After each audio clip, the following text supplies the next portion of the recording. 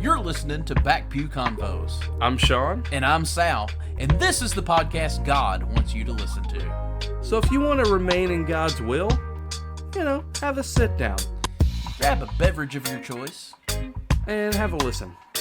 You're welcome.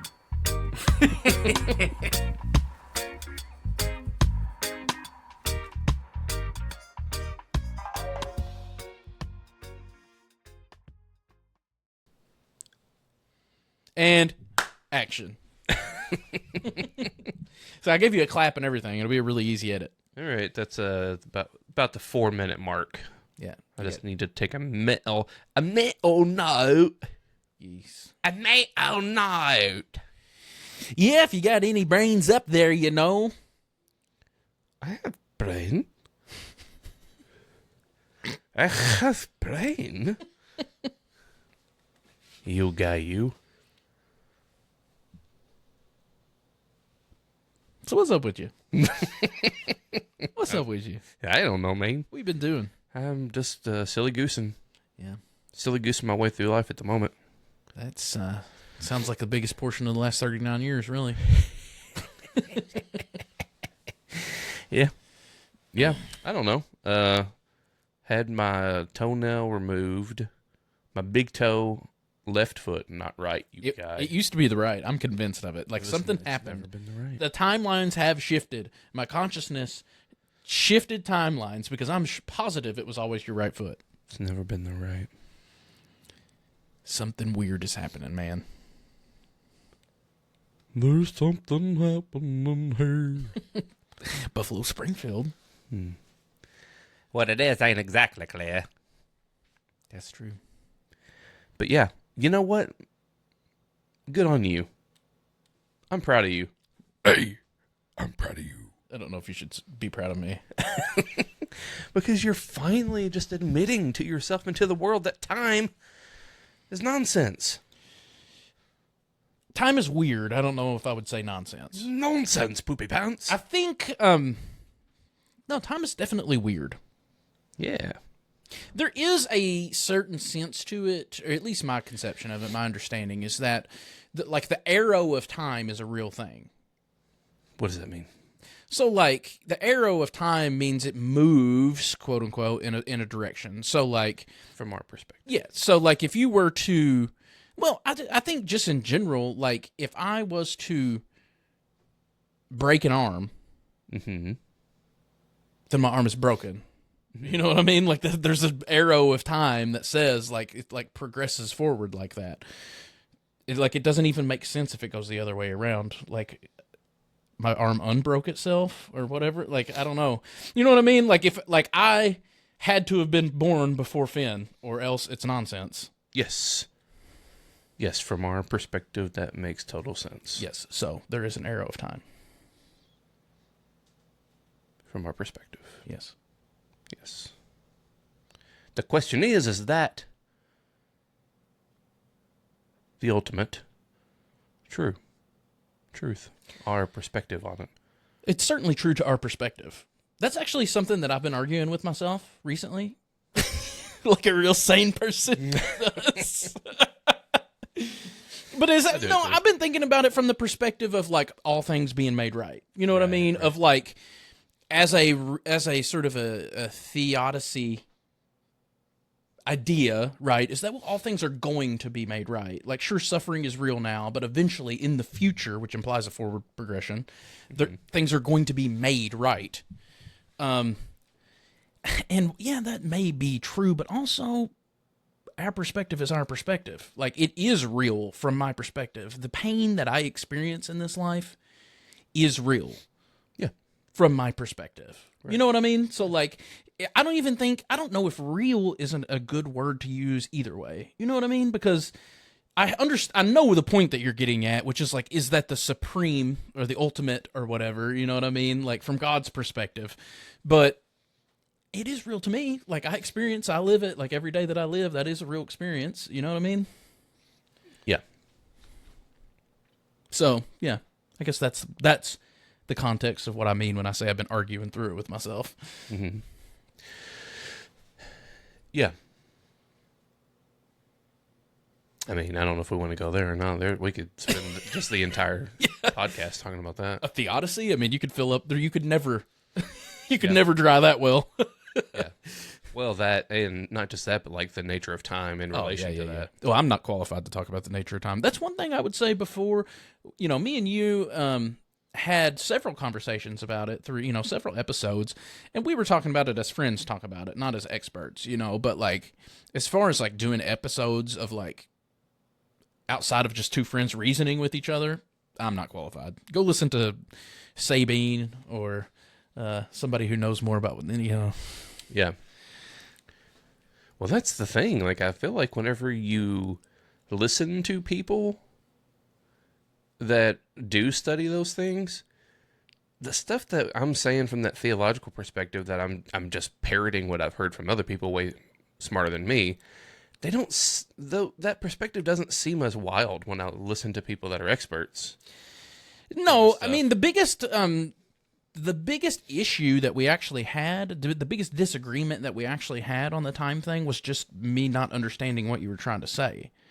Because the whole time, I was under the impression that you were kind of, like, the implication of what you were what I was getting out of what you were saying to me was that God was going to eventually, I guess, at some point, undo all of the bad things that would happen, like individual events. So, like, as an example, the Holocaust. It never happened. But from the way I was understanding you trying to explain it was like the Holocaust never actually happened in history, but that didn't change anything in the future because, like, and that's what I mean by the arrow of time is like, if the Holocaust never happens, there's people that survive. Like, there was children that passed away in the Holocaust. They are going to live entire lives now. They are going to interact in the environment. They are going to have children. They are going to marry. Like, the world from that perspective is a completely different world, any way that you slice it. And so that was what I was understanding you to say, and that I vehemently disagree with. There is no, to me, that even saying that, well, God can do anything, that's like saying that God can make a square triangle. Like, it's just not something, from my perspective, and it doesn't even make sense, really, because, like, all you would have to do is undo the first evil, and then nothing... all the rest of the stuff that happened as a consequence of that never happens. You know what I mean? So you don't have to go through each individual error. You just go back to the first one and prevent that from ever happening. But then we don't get to hear. So, like, the version of me that exists to this day doesn't exist anymore. You know what I mean? So, like, those are the kind of things I have issues with. But, like, time's a weird thing. I don't know. Yeah, I mean, so I guess, and we don't have to rehash the whole argument again, but like, all of that, everything you're saying does make sense from our perspective of the line as the arrow analogy that you used. Yeah.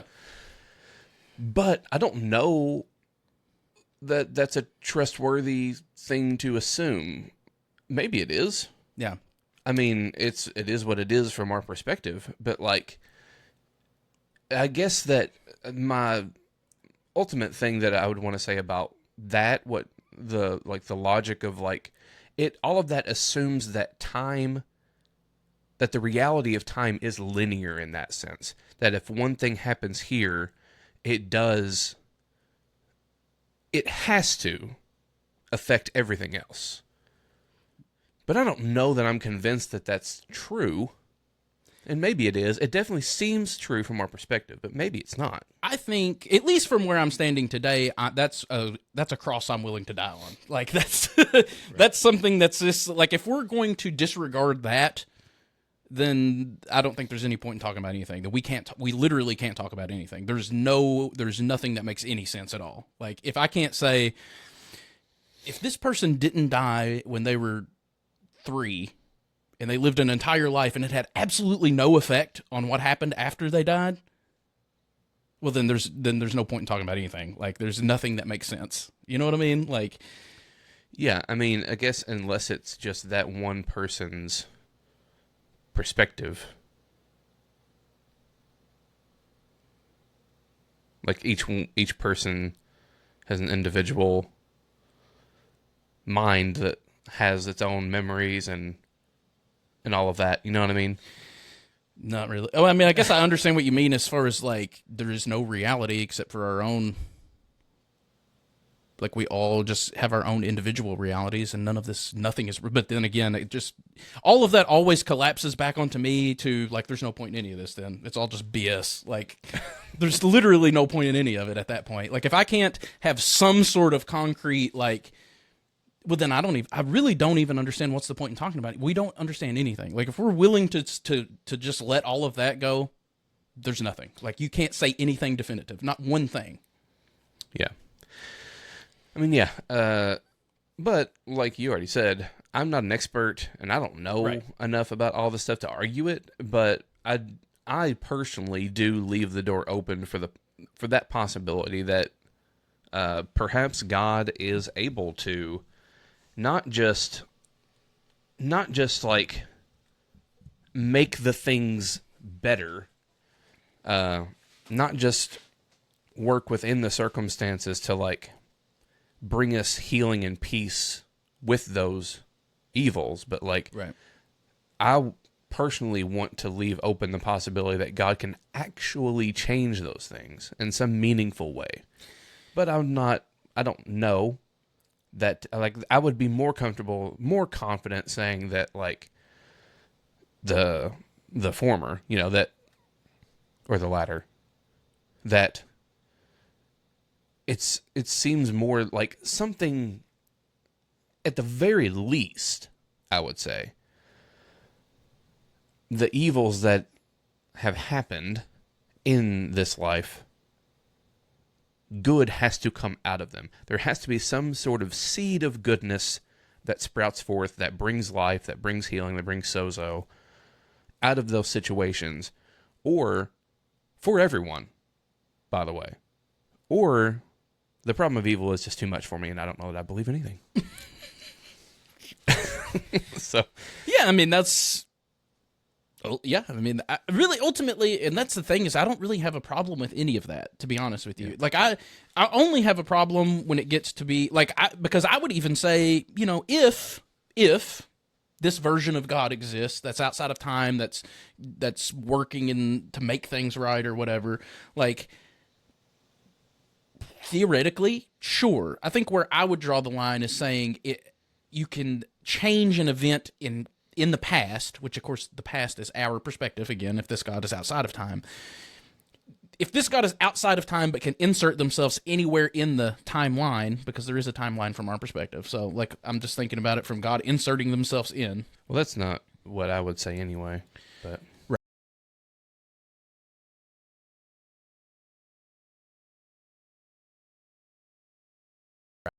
The line is saying that something could have changed from our past that doesn't affect anything else. Like, to me, not only is it just nonsense from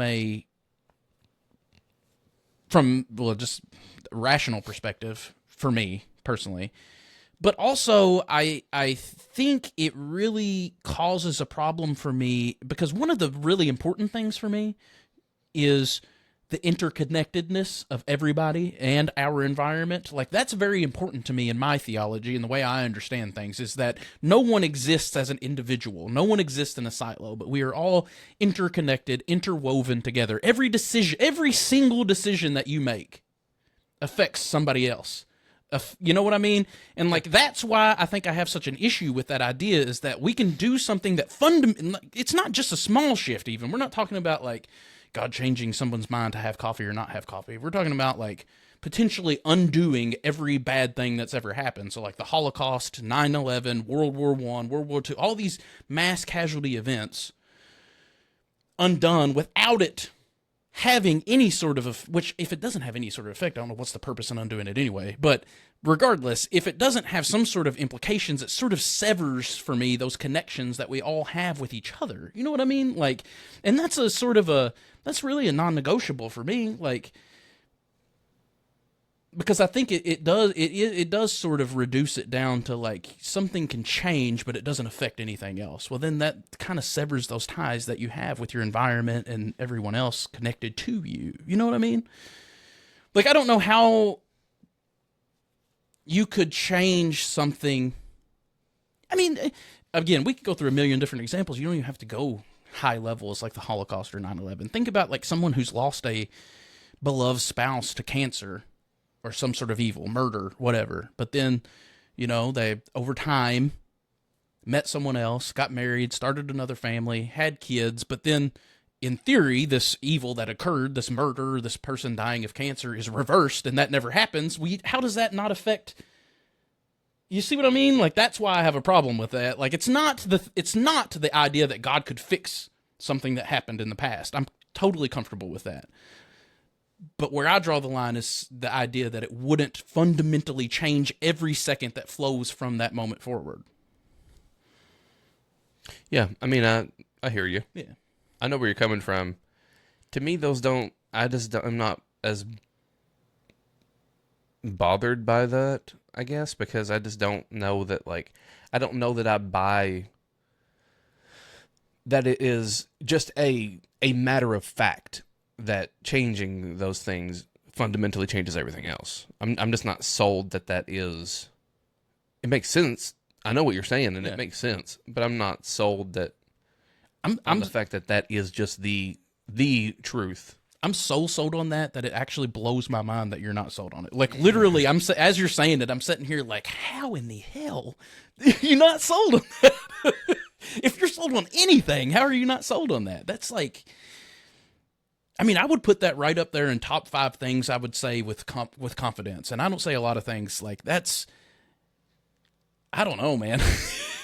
Well, because, I mean, it goes back to the whole, like, our experience. Like, I'd fully admit that, like, our experience of time is that linear progression. And yes, if it is that, then sure, changing something in the past changes the future. But I'm not convinced that there isn't a way, that there isn't some sort of, I just don't know enough about time to be convinced about the actual nature of time, not our perspective of it or our experience of it, but the actual nature of time. I don't know enough about that to rule out the possibility. Yeah, I don't know. It blows my mind. Yeah, that literally, like, I understand, like, I hear what you're saying, and it just doesn't compute to me. It makes, because it's like, to me, it's like saying, like, I think you're putting an emphasis on our perspective, and to an extent, I get that it is our perspective, but I think to an extent, it's more than our perspective. I mean, if you throw a ball goes for, like, you know what I mean? Like, that just is what it is. Like, that's the arrow of time. So I don't know how you, like, how can you rationally compute that? All right, I threw a ball and it went through that window over there and busted that window, but we have erased the event to where I threw the ball. I never threw the ball. That was remedied. It was fixed, and yet the window's still broke and the ball's still in there. How did it get in there? Well, I didn't throw it because that's just my perspective of time. No, like, the only way the ball gets in there is if somebody throws the damn thing. You know what I mean? Like, I understand that's my perspective, but it's also just like, you don't get the ball in there unless somebody throws it in there, puts it in there. It does, unless I guess it teleports in there. But again, that's why I say, like, if that's where we're going with it, then, like, there's no point in even, we don't know anything. Like, there's no point in anything at that point. Like, I'm not trying to be overly dramatic about it, but I literally don't know how you would talk about anything. Yeah, to me, that's it. It doesn't have that sort of effect on me for whatever reason. Like, it doesn't lead me to be like, oh, well, we just can't talk about anything. Well, I don't know how can you talk about anything? You can't rely on your own. Everything is just my perspective. You could literally throw out the most insane thing that you want to and be like, well, it's just my perspective. I don't know. I mean, there's no limits. There's no rules. There's no anything. It's always just my perspective, my perception of reality. You know what I mean? Like, there's no tangible thing to be like, I guess you can talk, but you can't know anything. You can't say anything with confidence. Well, I actually think that just is true, though. I don't know that we can say anything with confidence. I mean, I think we can. There's some things that we can know. I think there's some things that we can have confidence in, But at the end of the day, I don't think we freaking know anything. Honestly. Yeah, maybe. I don't know. I guess that's where I go with all that stuff. Like there is I am open to a lot of possibilities. I think I'm open to a lot of possibilities. I'm open to a lot of weird, even with time. To your point, like time's a weird thing. I don't understand time. I'm not an expert in time. I'm not a expert in any sort of physics or, anything like that. So I feel like I'm open to a lot of possibilities, but there's a limit that we can take it for me personally to where once we get to that point, it's like, okay, like there's either no point in talking about anything or we're just making up stuff at this point. Like it's not based in anything. You know what I mean? Like I guess for me that's the limit. And like that's sort of what I was getting at last week when I was like those kind of things actually push me away as far as like if that's where we start, like if that's what we have to do to start making this theology work, then for me I think I just don't believe anymore. Like for me personally, like if once we get too far outside the realm of what I think makes any sort of sense at all, it's like if I have to just completely let go of everything that makes sense to me in order to accept it, then I think I'm just going to not believe in it at all, Yeah. For me. Yeah. So anyway, I do want to make one clarification because I feel like this is still something that it seems like this is something that you still don't seem to get, where whenever you talk about my view of time and God's perspective of time, because you continue to always use the language of God being outside of time. Right. But that's not how I think of it. I don't think of God as outside of time. I think of God as not bound by time. Right. And there is that may sound like semantics to some people, but there is a difference there that I think does make a big difference. Yeah, it's definitely a difference because, let me just articulate my understanding of it, and you can see, because the way, at least the language that I used, and I didn't use it intentionally. In fact, as soon as I said it, I knew it wasn't proper language. But, because I used it like insert into the timeline, which implies outside inserted. But the difference would be God, even though we are in the year 2026, and that's the present, God is currently present in 1920 and BC. It's just I understand the difference. It's just when you're talking about all these things and I have a million thoughts running through my head at one time, it's hard to hold all of it together. Yeah. But that is closer to what I think is going on there. It's not necessarily that God is out here somewhere and then inserts himself whenever he wants to inside of time. I think that God is present in all times all the time.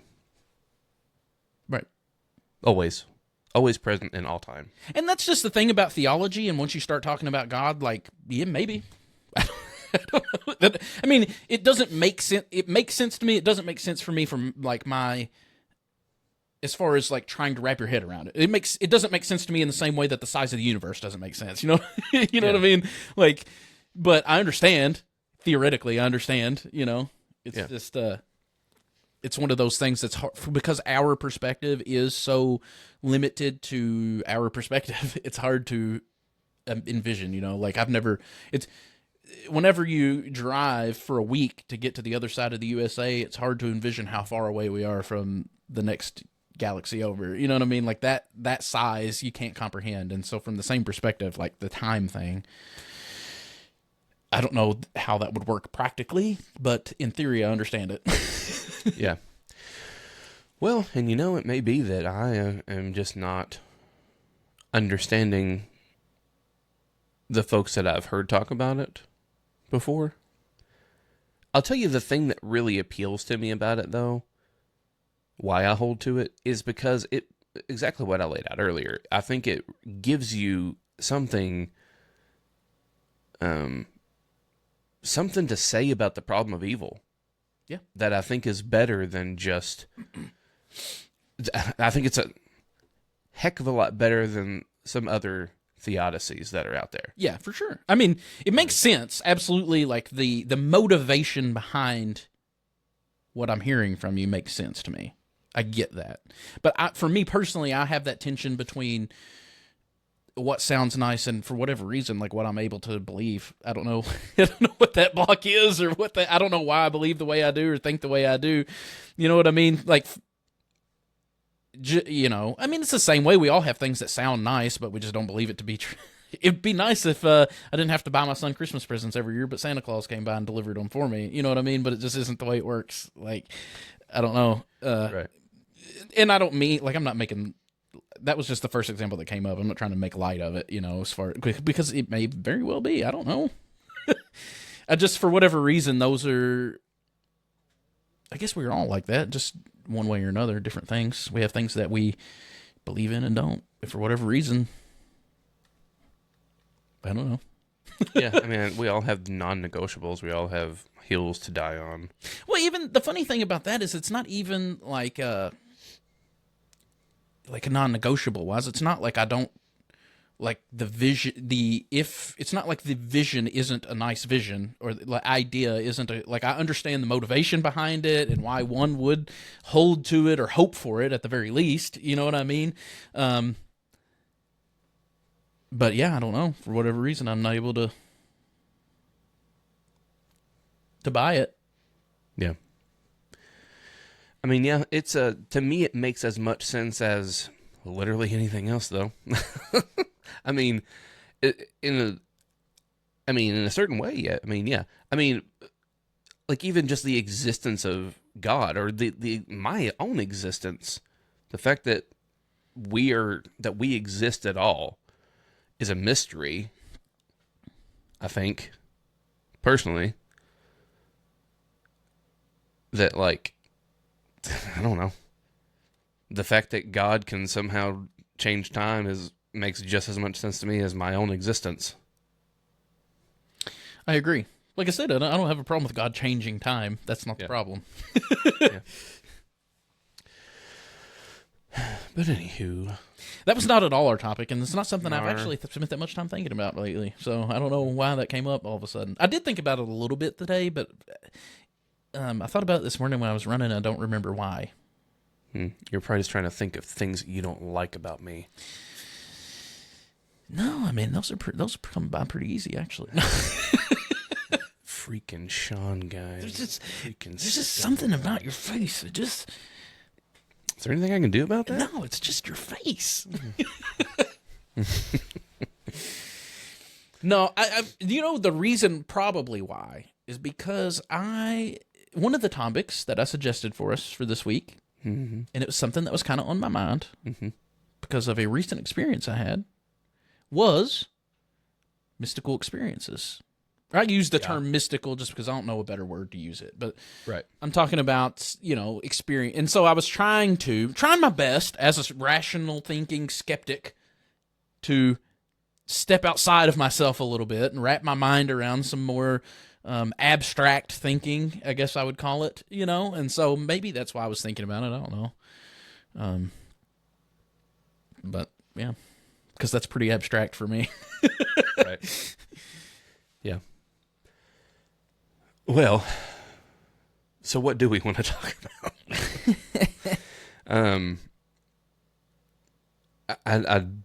I think we have to address some of the more recent.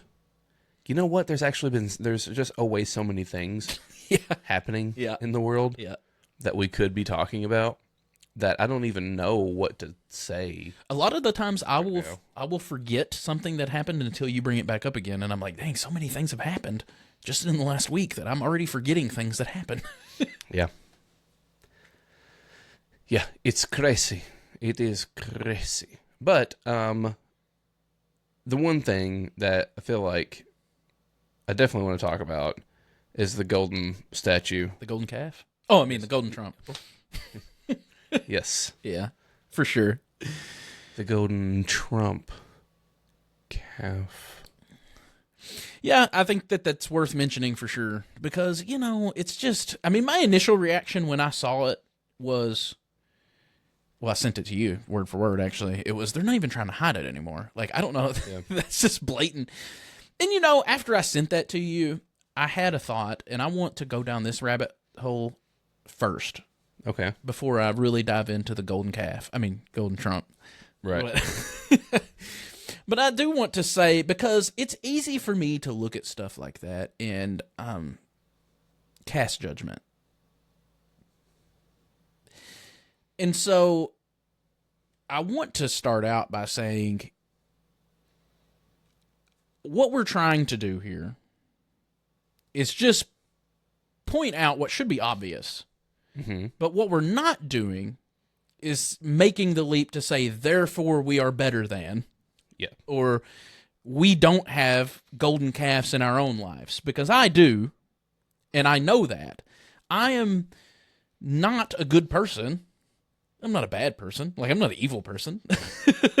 But I screw up all the time. I act unchristlike. I mean, just ride in the car with me, buddy. You're going to hear some horrific things come out of my mouth if I get behind. Well, pretty much any time I get in the car, because you can't drive anywhere in Western Kentucky without people driving really slow. So, yeah, I am not the exemplar of morality. And I want to say that because, well, more than anything, just to keep myself in check, because it is easy to, like, I feel like it's so easy nowadays. They're just giving you stuff to just be like, what in the hell? Yeah. But that doesn't mean, just because we can point out things, that doesn't mean that we're making the leap to therefore we are better than these people. Because like I said, I have my own golden calves. I have my own issues. I screw up every single day. I screwed up today. I'll screw up again tomorrow. You know what I mean? So let me just throw that out there first. Now that that's out of the way, come on, man. A golden statue. Good God, man. Good God. Did they not watch VeggieTales? Apparently not. I guess not. I can't remember the bunny song. I don't remember the bunny song either, but I do remember it was like the Shadrach, Meshach, and Abednego. Yeah. Rack Shack and Benny. Rack Shack and Benny, yeah. Yeah. Yeah. It makes me think of this is a really obscure reference, but it makes me want to have the same reaction that Chris Farley had whenever Matthew Perry is trying to teach him the alphabet in Almost Heroes. Idiot. Well, he's like, he says, this is the uppercase A.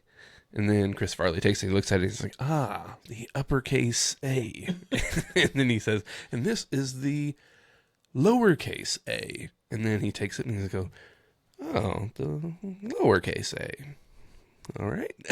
And he says, and this is the uppercase. And then he starts to say B.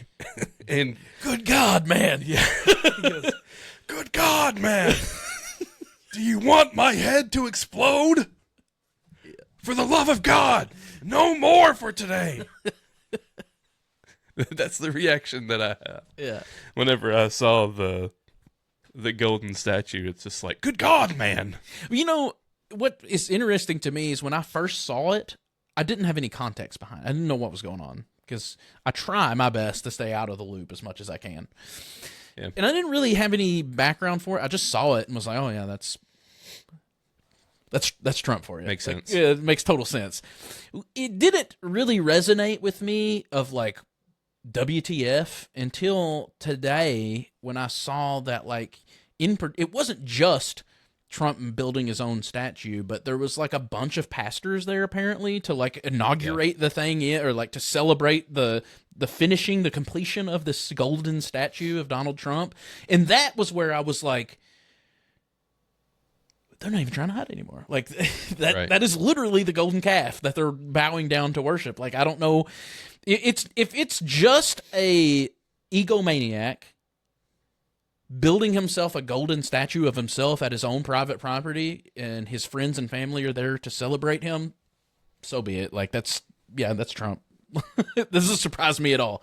But when it's specifically a group of Christian pastors there to like celebrate the unveiling of this golden statue,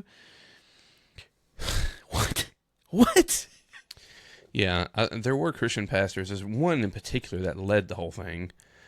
But there also were it, it wasn't just Christian folks though. I think there was like rabbis there. Like there was Judaism was represented there as well.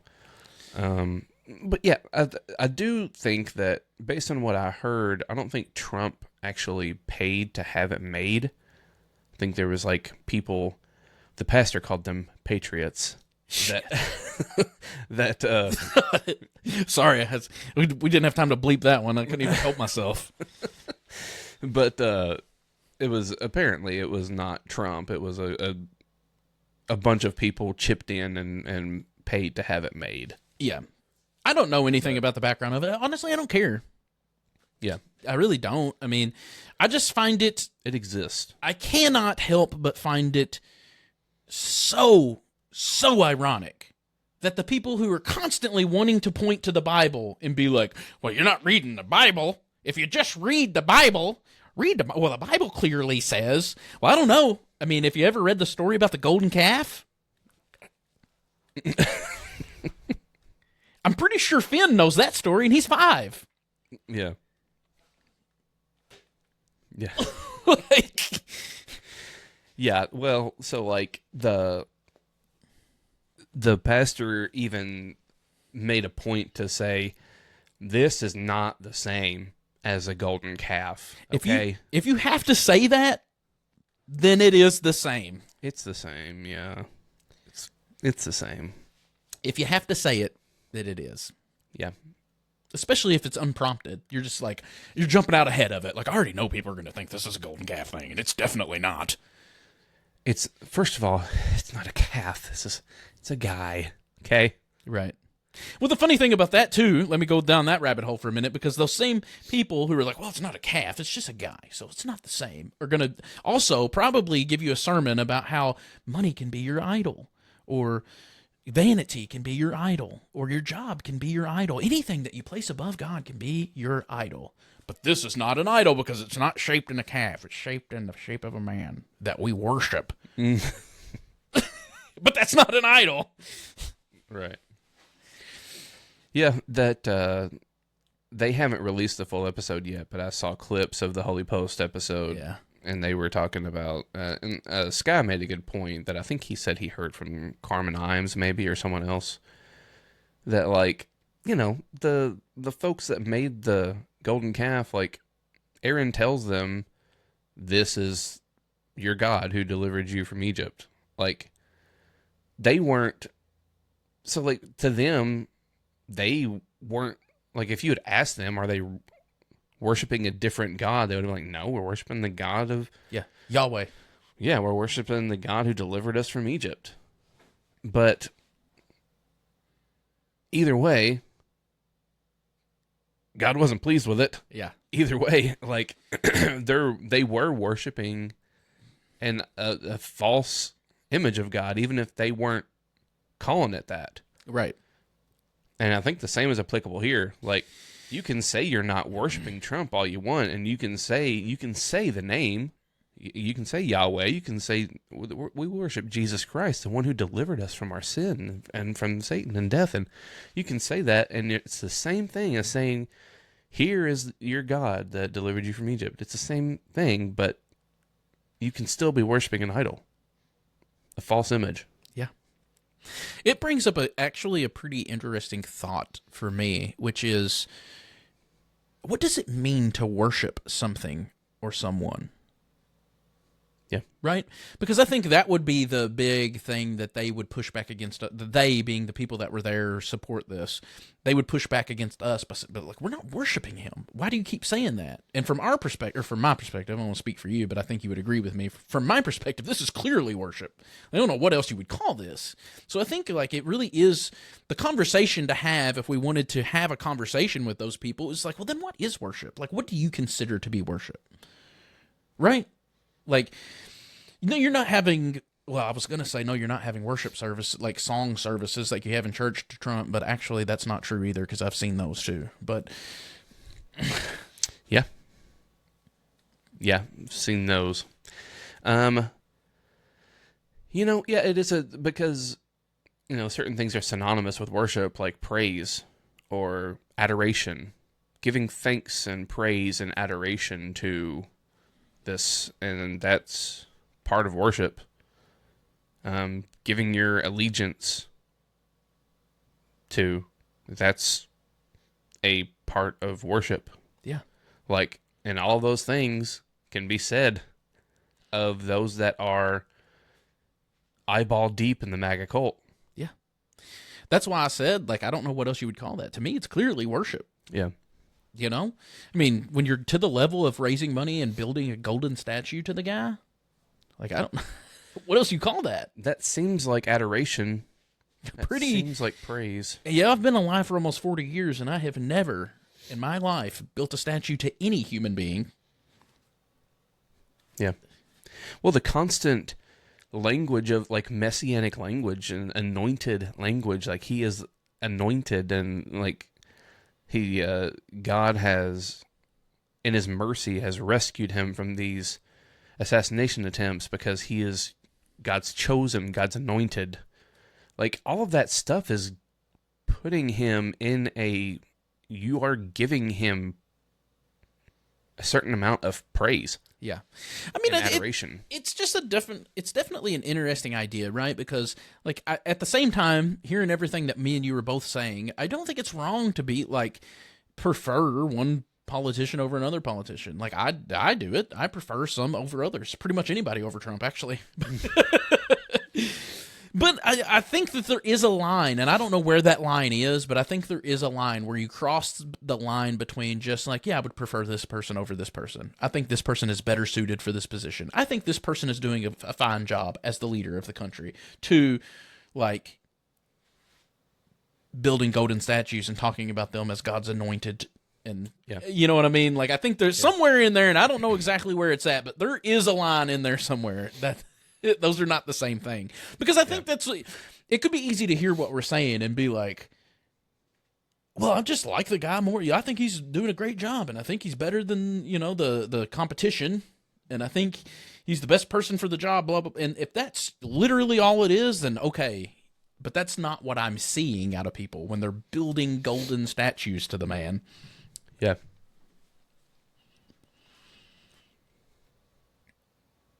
And it's even harder for me because I don't understand. Like, the whole Trump thing and the MAGA thing and building statues to him and the sort of the language, the messianic language used about him is even more confusing to me because I don't understand it. Like, to me, he's Antichrist in almost every way possible. You know what I mean? So, like, right. That's just my own personal perspective. I understand that, but it makes things like this even more confusing to me. Yep. Because I don't know of any person that's held the office of president in my lifetime that I would consider more un-Christ-like than Trump. Like, it's literally the furthest thing. Yeah. And that's the person that's getting golden statues from in the praise and adoration. 80+% of white evangelicals supported and voted for the guy. Like, I do not understand it. I cannot wrap my mind around it. We've used the phrase a lot. I feel like I'm taking crazy pills, and that's the one thing. If I live to be 150 years old, I don't know that I can ever wrap my mind around that. Yeah. That, to me, that's more confusing than the whole time thing that we were just talking about before we even got into it. I think we agree on that one. Like, I just don't get it. Like, yeah, I don't know. I don't know what to do with that. Like, I really don't know what. I guess I've never really even had, and this is maybe on me, I don't know that I've ever really had an intelligent conversation with anyone that holds that position that they can maybe even try to explain it to me. The only things I've heard are, like, the talking heads that you hear on TV and social media, and I think I've absolutely not heard anything worth a dang out of any of them. So yeah. Yeah, I don't know. I think that one thing, it really is frustrating on a lot of different levels. It's frustrating that no one can seem to see it. Those that are in it, at least, can't seem to see the hypocrisy. For example, I was listening to Tim and April show today, and they were talking about, they were listening to and responding to a conversation between Alyssa Childers and I don't know the other guy's name, but and they were talking about progressive Christianity.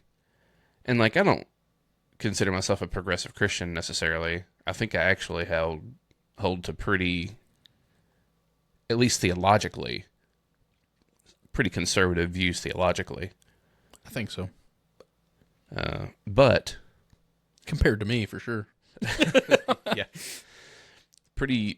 That's one of the reasons why I don't think I got too far into the whole progressive Christian movement is because I think I have just enough like fear, reverence. I have a natural inclination towards conservatism in that regard, like holding to. By that, I just mean like literally conserving what the things from the past. That's why the early church fathers appeal to me so much. Right. That's what I was going to say. Is I think that's the easiest example that you can give is that you have a deep respect for the tradition, and the history. Yeah. Of the tradition, you know. Right. Which is that more, you know. And I think that is because I genuinely do have a sort of conservative leaning in a lot of ways, at least theologically. Now, politically, I don't know. I don't know where I stand with that. Politically, you actually probably are still. I mean, you're probably what would have been considered 20 years ago a moderate. You're probably now, in today's world, a dirty, rotten liberal. Even though you're not really. You're just a moderate, but you're in the middle of the road. Like, you're pretty reasonable, pretty intelligent, not extreme in any one particular view. Yeah. I would like to think so, but maybe I'm just full of garbage. But anyway, what the whole thing was like, it was just crazy to hear some of the things that Alyssa Chowder was just talking about with progressive Christianity. And like, she actually said that progressive Christians start with their political leanings and then try to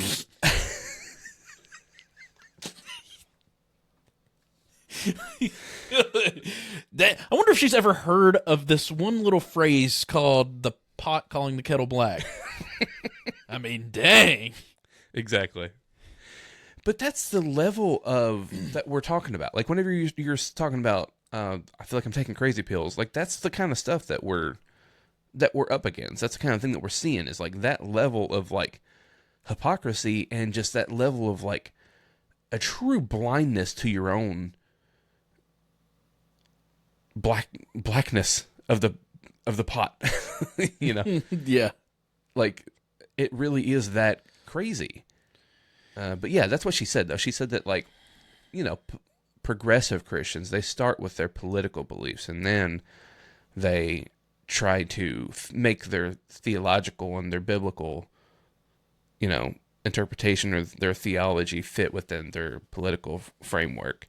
Whereas conservatives, we start with the Bible. We take a biblical stance, and then we shape our politics based on that. So, you know, like maybe 10 minutes ago when I was saying about how I was having inappropriate thoughts and I screw up every day, I'm going to be honest with you. Just hearing you say those words incited this deep rage within my soul that I just wanted to punch something so bad for a slight second there. Because there is, like, if you ever want to get under my skin and you want to annoy the absolute anything out of me, there's two absolute surefire ways to do it. Number one is get right in front of me and drive really, really slow. I've pointed that out in several episodes. I will lose my stuff. And number two is try the whole, well, we just take what the Bible says. The Bible clearly says, blah, blah, blah, like, as if you have the ultimate authority on what the Bible says. You're not interpreting it. You're not reading your own cultural biases into it. Now that's what I'm doing, of course. But you're like, oh my gosh, that is the number one thing that just incites the deepest rage within me, especially from your perspective, which I thought you were going to, because you always sort of have use the phrase to describe yourself as not a progressive Christian, but a regressive Christian, because you think, no, I want to get back to what the early church was teaching. I think we need more basis in history, and like we strayed too far from that. Yeah. You know, which I actually think is a perfect example, perfect wording, because I think it perfectly shows, you know, something else we talked about was binaries the other day, a couple weeks ago. And like, I think it's a perfect example of how binaries just don't exist, because it's not progressive or regressive. It's a circle. That's why people would lump you in with progressives, even though technically you're trying to get back to what the early church has done. It's because it's a circle. Yeah. Yeah. Well, one reason why I don't think that I don't use the term regressive for myself is because you can't get around progression. It just is what it is. Like, everything that we're doing is a progression in one way or another. Every one of us are, even Alyssa Childers, whether she wants to realize it or not, is influenced by the culture and the time. Yeah. And, you know, the time and the age that we live in and the culture and all of that does shape what we say about God and about ourselves. Yeah. It's how it shapes our theology. It shapes our reading of Scripture. It shapes all of that. And that's fine, though. But don't act like that's not what you're doing also. We're all doing it. Yeah. And that's a better way of saying what I was trying to say as far as like why it gets on my nerves so much. Because I can understand, like, I don't have any problem with somebody pointing to me and saying, you're reading your culture into it and blah, blah, blah, and that's just your interpretation. Yes, I agree. 100%.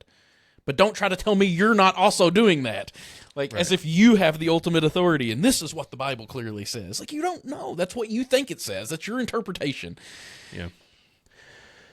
I do think the reason that I think wanted to use that regressive term before is how I would put it now is that really we can't avoid progression, but what we need to do, I think, specifically in this moment,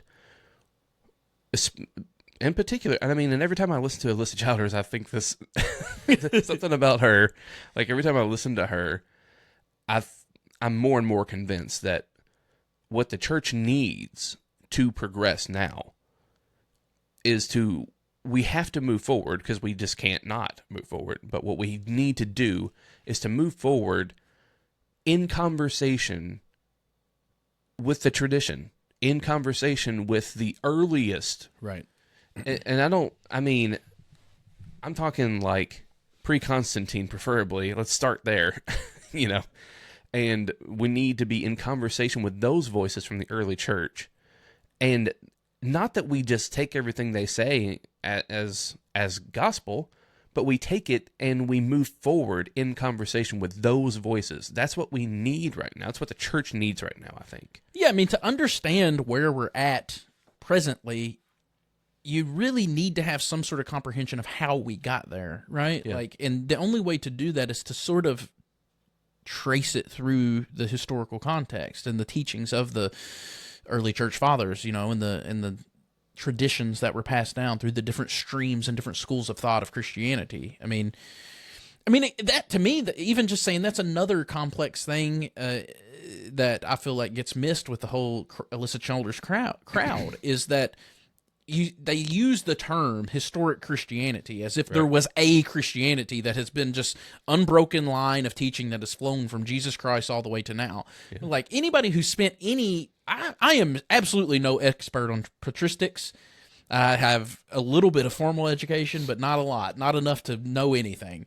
And even I know that that's absolutely not the truth, that there has been many different streams of thought, many schools of thought of historic Christianity. Where we're at today is 2,000 years of wrestling with theology to get here. You know what I mean? Like, so this idea that we have the truth, this is historic Christianity, and them dirty, rotten progressives, like, no, these are... There's always been differing interpretations of Scripture, different interpretations of doctrines, different meanings. From the very beginning. Yes, from the very beginning. Yeah. So, I mean, that's what, and people, this is probably going to take it too far for some people, but that's why I don't avoid the multiplicity of voices in Scripture. I wholeheartedly embrace, and it does not scare me, that there are multiple voices, in my opinion, and in the opinion of many experts in the field, there's a multiplicity of voices in the scripture. They're not all one unified voice. You're getting different perspectives across 1,000 years, 1,000+ years, different cultures, different times, different places. Yeah. There's different voices, all right? And so there's always been that. It's in scripture itself. It's not just post-scripture us working it out, but it's literally in scripture. Yeah. Yeah.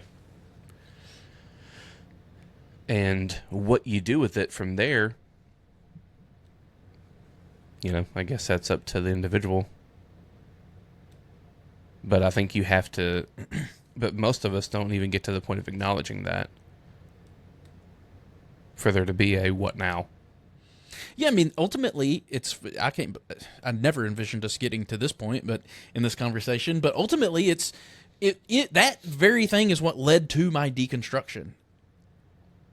Is because I wasn't able to accept that multiplicity of voices. This is the truth, and it has to be this or it's nothing. Yeah. And that fell apart for me, and then I didn't know what to do. At that point, I didn't know what I believed. You know what I mean? I deconstructed, unwillingly. Right, yeah. So. And I mean, I don't know that it has to lead you there. Probably will. Depending on where you're coming from, probably will lead you there.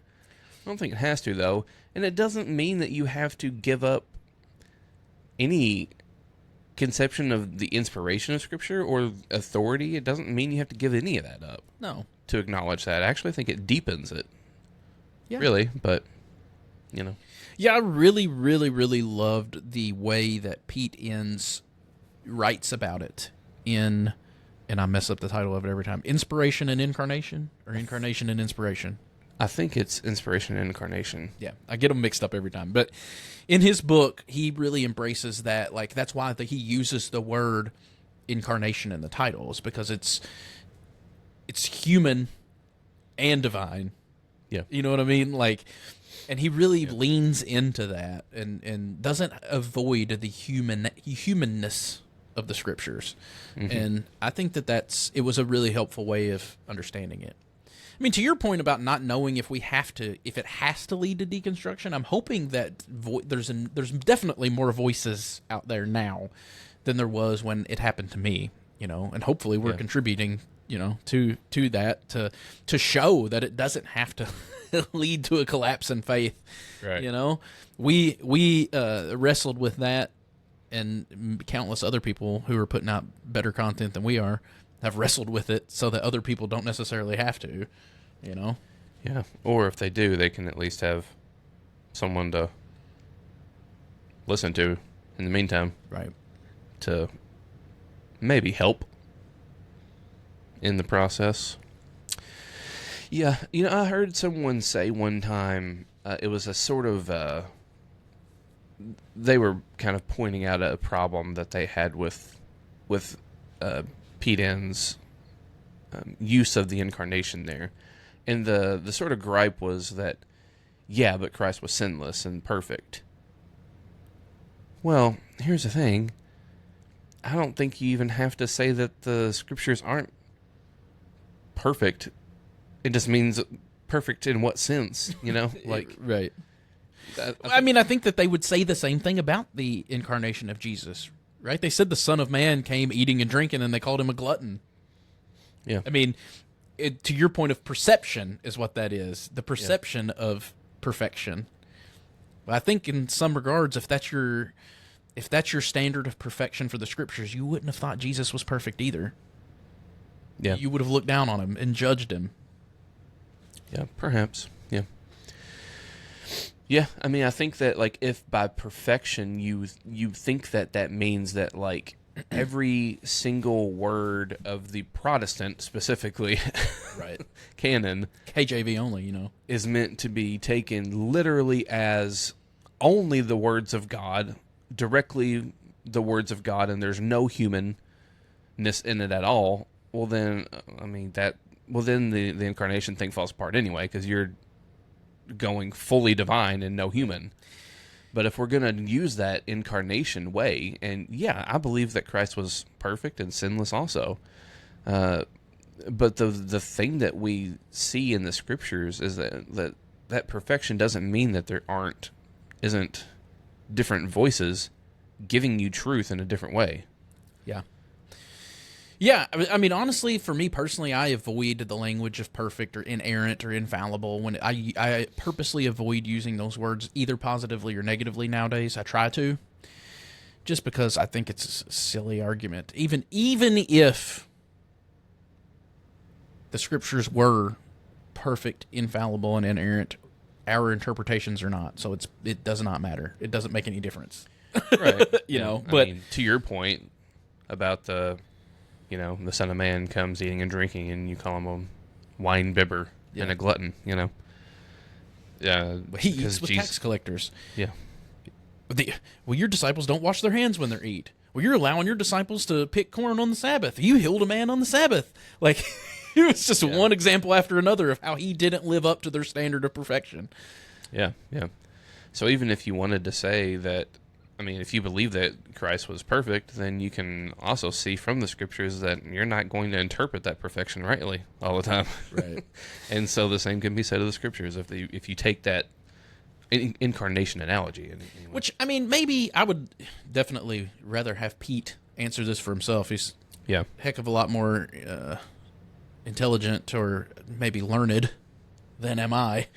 But I don't really know he wanted it to be, when he used the word incarnation, he meant you to take it that literally. I think it was just a Christianese word for him to use to emphasize that the scriptures are both human and divine. That they're not pure human without, like, he holds to some form of inspiration of scriptures, which is the divine, but he doesn't believe in a God who possesses someone and divinely dictates. You know what I mean? Like, it's still, and if that's your view of scripture, I mean, I guess good on you. I don't want, from my perspective, it just doesn't hold up to that standard. That's what caused my deconstruction in the first place. That was the standard I was given for scriptures, and it didn't live up to it.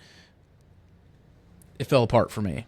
So I think, I mean, if that is your standard of scripture, and I would caution you against studying it too closely, because it's probably going to fall apart.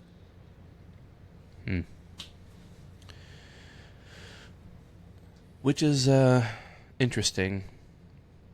It reminds me of something I heard a long time ago.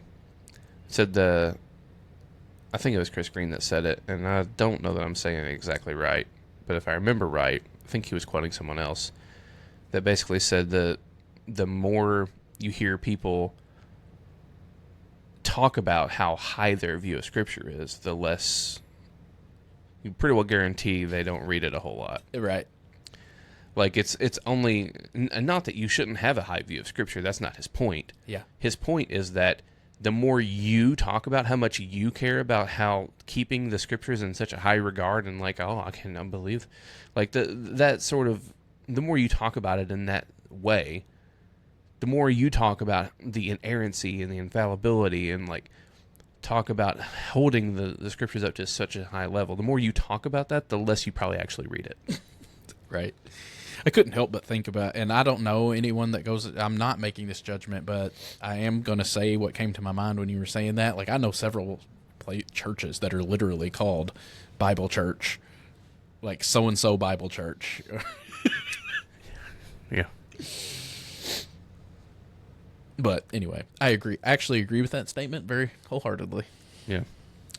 Well, you know, and I don't know. I don't want that to be misheard. Like, I love the Bible, and I do believe the Bible is inspired, and I do hold to a sort of view of perfection.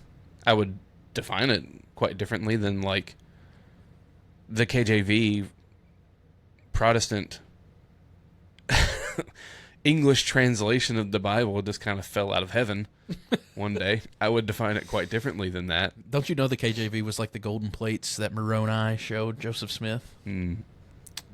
That's how some people think of it, I think. That's how they treat it, whether they would say it that way or not. Right. Yeah, I mean I think that's one of the it's sort of a pain point for me. Maybe that's the right word. A pain point. A point of contention for me because sensitive. it maybe is a little bit sensitive because I am someone who has spent a lot of time studying the scriptures, reading the Bible, many different, like, I've dove into the different languages that it was written in, and I've read so many different versions of it. I've read it cover to cover, Genesis 1 to the end of Revelation, at least 3 or 4 times. Like, I think that I do hold a somewhat high view of Scripture. Like, it's important to me. I read it, not every day because I don't read every day, but I need to. But most days, I try to read at least a chapter a day, and I do try to. I do hold it to be very important. But I think a lot of people, particularly people that would say they have that high view of Scripture, would say that I don't have a high view of Scripture, that I don't care about Scripture. Because I have a different way of reading it and understanding it than they do. And that's always sort of rubbed me wrong. Yeah. But cuss them. Name names, cuss them. I don't need to cuss. I've already done my sinning for the day. Apparently. I mentioned the thing Alyssa Chowder said, and you wanted to punch a hole in the floor here. Wanting to and actually doing it are two different things. You wanted to rip all the limbs off of our palm tree back here. See, the Holy Spirit refrained me from doing it, even though I wanted to. He was trying to tear it limb from limb, literally. I've said it before on the show, I'm naturally a violent person. Like, that's my natural inclination. So this whole peace, love, and nonviolence thing, it's taken a lot of work. That's not my natural disposition. I've been thinking about the nonviolence thing a little bit lately. I may revert back to being a heathen. I don't know about being a heathen. Get my guns out. I'm not going to start carrying again. I'm not going to carry a gun with me. If you try to hurt my son, I will try to fist fight you. I'm probably not going to shoot you because I don't have a gun. Yeah. I'm not going to get one. I'm not really. Don't get excited, Andrew. Calm down. Keep it in your holster, you guy. Yeah, why don't we just fight like men anyway? What happened to that? Good old fist fight and fisticuffs. Fisticuffs. Where somebody could get their butt whipped and then still go home to their kids and wife at the end of the day. I mean, why don't we talk like we used to talk back then, too? Yeah, see? Yeah. Put them up, rascal. Yeah. Let's just live like it's the 20s again. Hey, let's make America great again. Right? Yeah. I agree. We should make America great again. Or make America great. Period. Mag. I'm going to mag. It's again. It used to be great, and now it's not. It was absolutely great for certain people. Just like it's great today for certain people. I'll have you know, sir, that it was great for everyone if you have eyes to see, and ears to hear it. You know, I got to be nice. I think the victims of slavery, the indigenous peoples of the USA, I think that women, I think that virtually any minority that's ever been in the borders of this country from colonization on would probably disagree with that. You mean to tell me that Doug Wilson is wrong when he says that the slave and slave owner relationship was mutually beneficial? Built on love and care and compassion? I think that mercy. This is going to be the most un-Christ-like thing I say on this whole podcast, but I think that Doug Wilson is either intentionally deceptive because he's evil or he's incredibly, incredibly unintelligent. Hot take. Stick that in your peace pipe and smoke it, Dougie.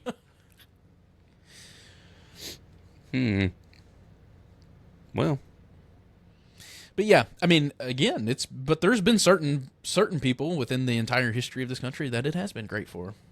particularly if you're a white, rich man, then yeah, it's a pretty good place.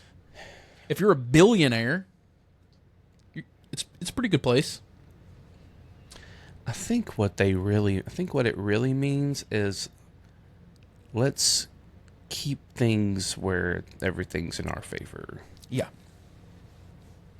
It's correct, though. Feels like we're losing that a little bit. Let's rein that back in. Let's go back to where we didn't feel a little uneasy about the way things may be shifting around a little bit.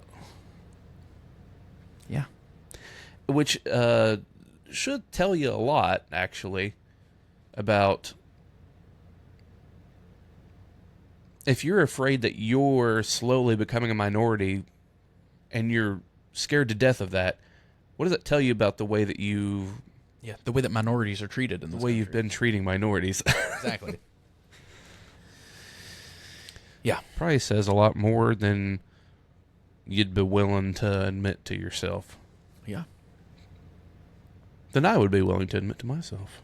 Yeah.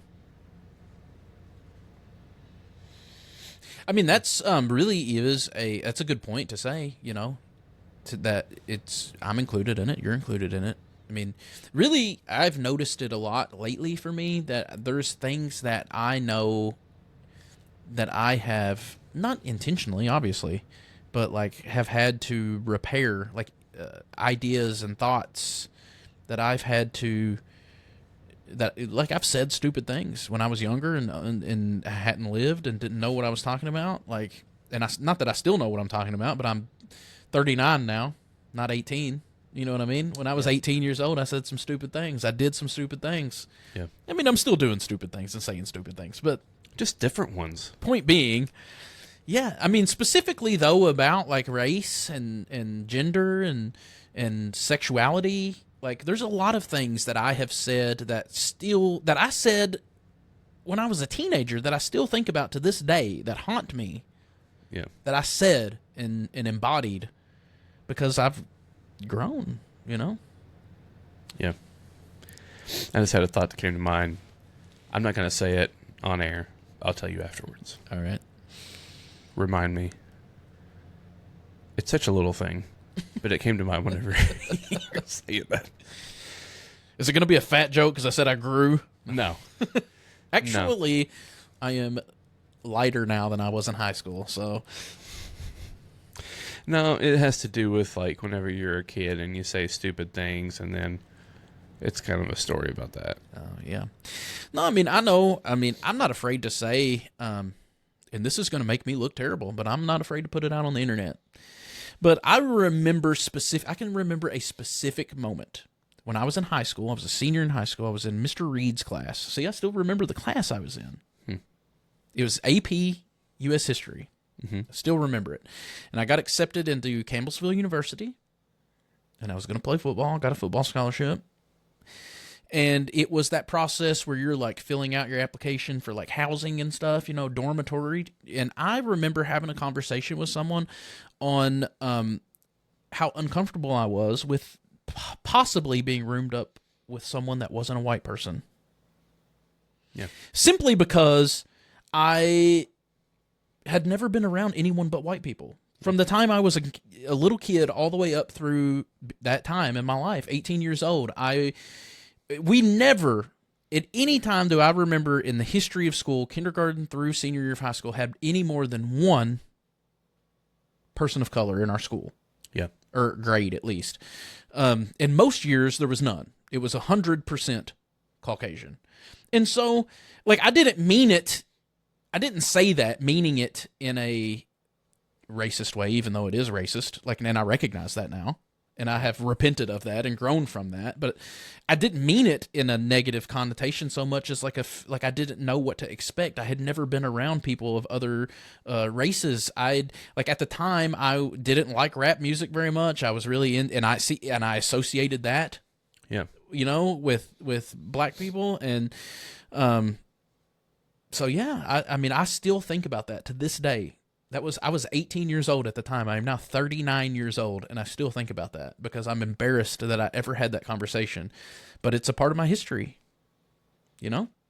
And like, that's why I'm not afraid to say it and put it out on the internet, because I grew from that. Like, that's not me now, but I had to acknowledge that that's where I was. That was where I started from. And I can excuse it away with like, had never been around people with other races, you know, like I did. And that's just the way I was grow up. That's the culture, blah, blah, blah, blah, blah. The point is, that's where I was, and it wasn't a good place. And I had to grow from it and learn. And I did. And I'm still learning and growing, you know? Yeah. Yeah. I mean, that's true for me too. And I mean, in all of those ways too, like not just like race, but like, you know, I've said a lot of stuff that was homophobic and yeah, you know, yeah, that was the other one that stuff I regret. That's the other one that I've said a lot of things in the past that now it's kind of ironic that people that I am, you know, like I'm an outspoken ally for the LGBTQ community, and people kind of associate that with me. And if you would have known me when I was 18, you wouldn't have thought that. Yeah. I was, you know, quite homophobic, but I've had to grow. Yeah. So, I mean, that's really, if anybody gets offended by that, then I think you need to look in the mirror. We all got something like that we could look back on our past when we were 18 years old and it had no life experience. Particularly if we grew up in a place like we grew up, you know. And that's what I'm so glad that I have a lot of regrets looking on my past as far as like how things turned out with like the football in Campbellsville and stuff, because things just didn't turn out the way that I thought they would and wanted to, you know? Yeah. But one thing that I'm so thankful for is especially being a part of the football team, because that was one of the things that, like, when I went to college to play football, which is stupid because I was never going to go to the NFL. I'm an offensive lineman who's 6 foot tall. It's not going to happen. Like, the people getting drafted at that position in the NFL are, like, no shorter than 6'4". Yeah. You know what I mean? It's just not going to happen. But I based essentially my entire future was shaped by that decision to like I didn't care where I went to school. I picked Campbellsville because it was the closest place that was going to give me a football scholarship. And I didn't want to go too far away because I was in love with my girlfriend. Yeah. You know? And I'd never had no thought to what I wanted to do with the rest of my life. So I picked cinema, television, mass communication as my major because I never would have thought that I was actually going to survive college and have to get a job. So I have a lot of regrets looking back on that time of my life. But one thing that I can always hold to, especially with the football thing, is it gave me that exposure to other cultures and races that I did not have growing up here.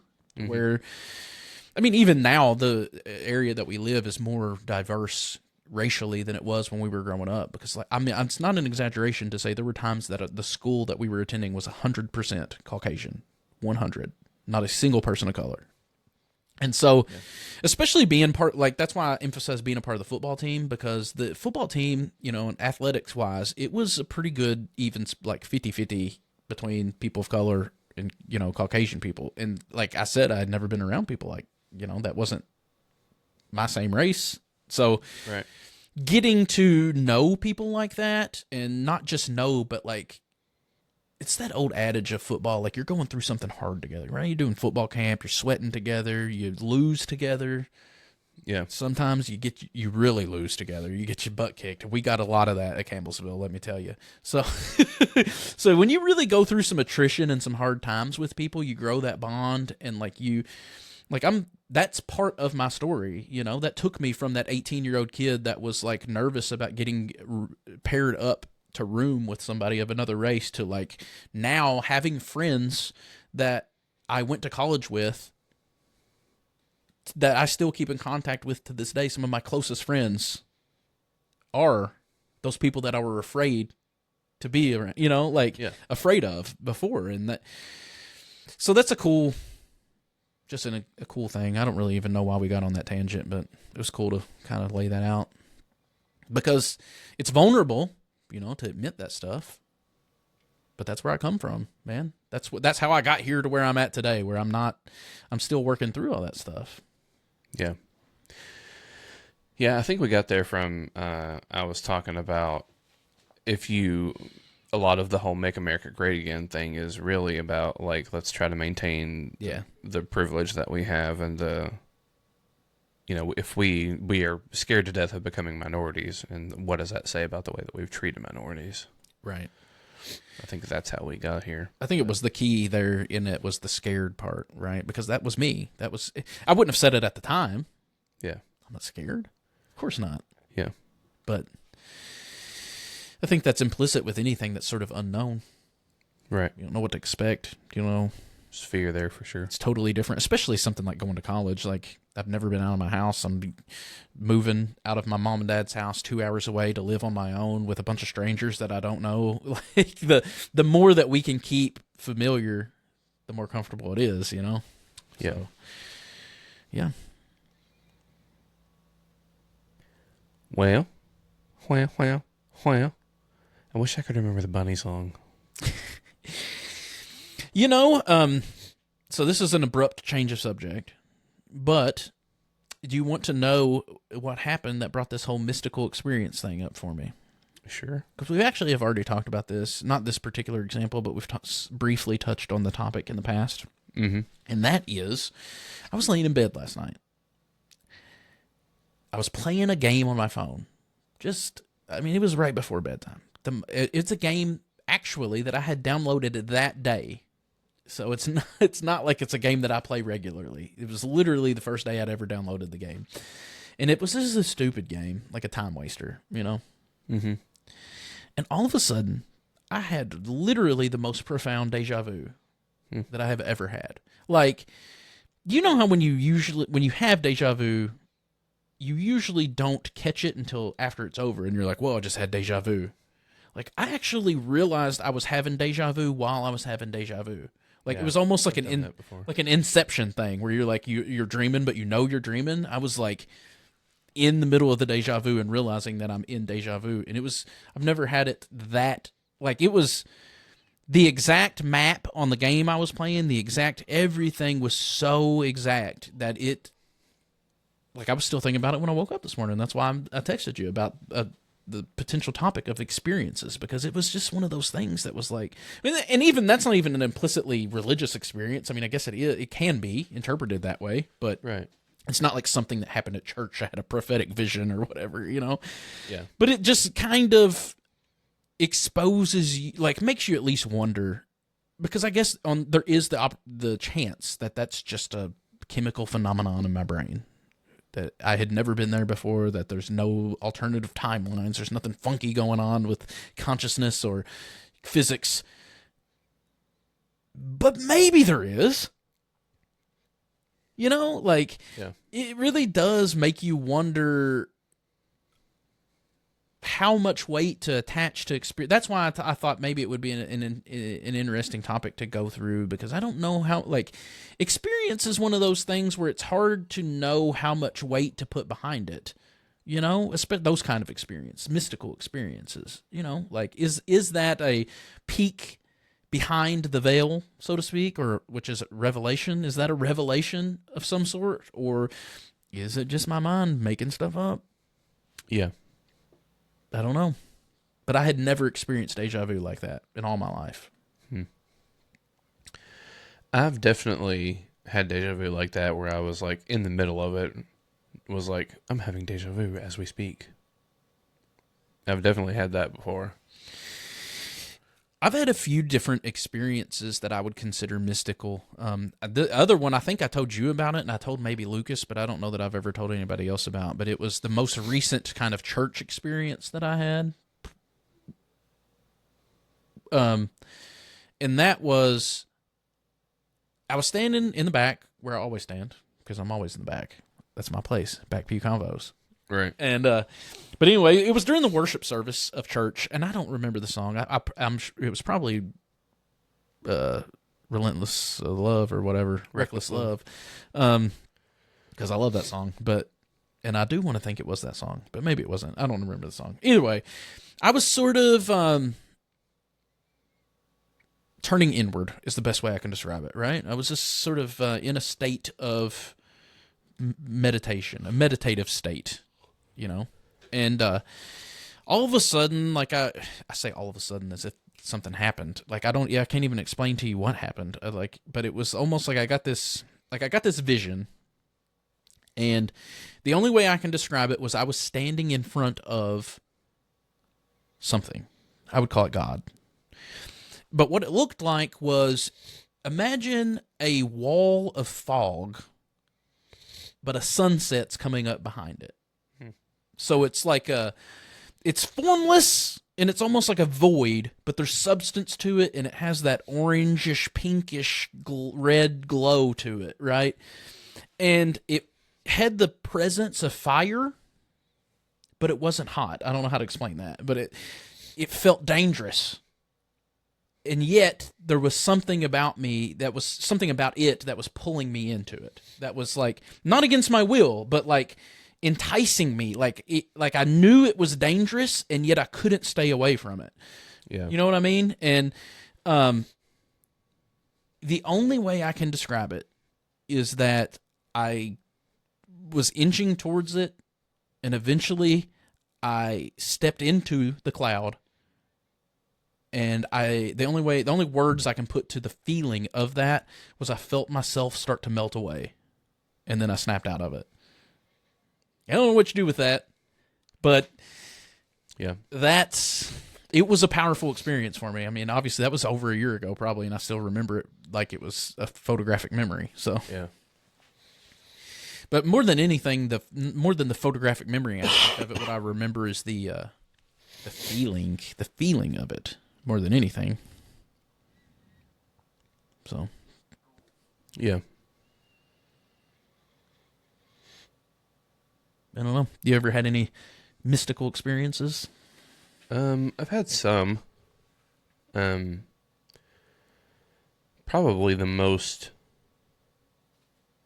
vivid one is one that I've told the story in here several times, but I was at work and I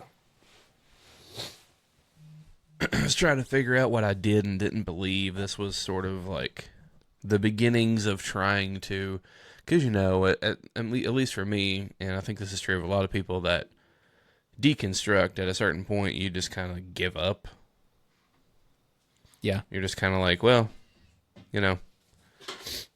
I guess I've just kind of thought my way all the way out of this, and I'm fine with where I'm at. And so I wasn't like trying to do any sort of research or anything like that. I wasn't trying to like do any of that. But then I did. And I was like, kind of like, well, I'll give this one more go. See if there's anything to this. And in that process, I was listening to some stuff and trying to get some answers for some of those like deep, hard questions that I had. And so I'm at work, and I basically had the thought, like, I've been told that God's a father. Like really the crux of the thing that set me in on the path of deconstruction was that, like, I grew up believing that everyone is a child of God. God is a father, and everyone is his child. Everyone is a child of God. And it was thinking that God, who we're supposed to think of as father, would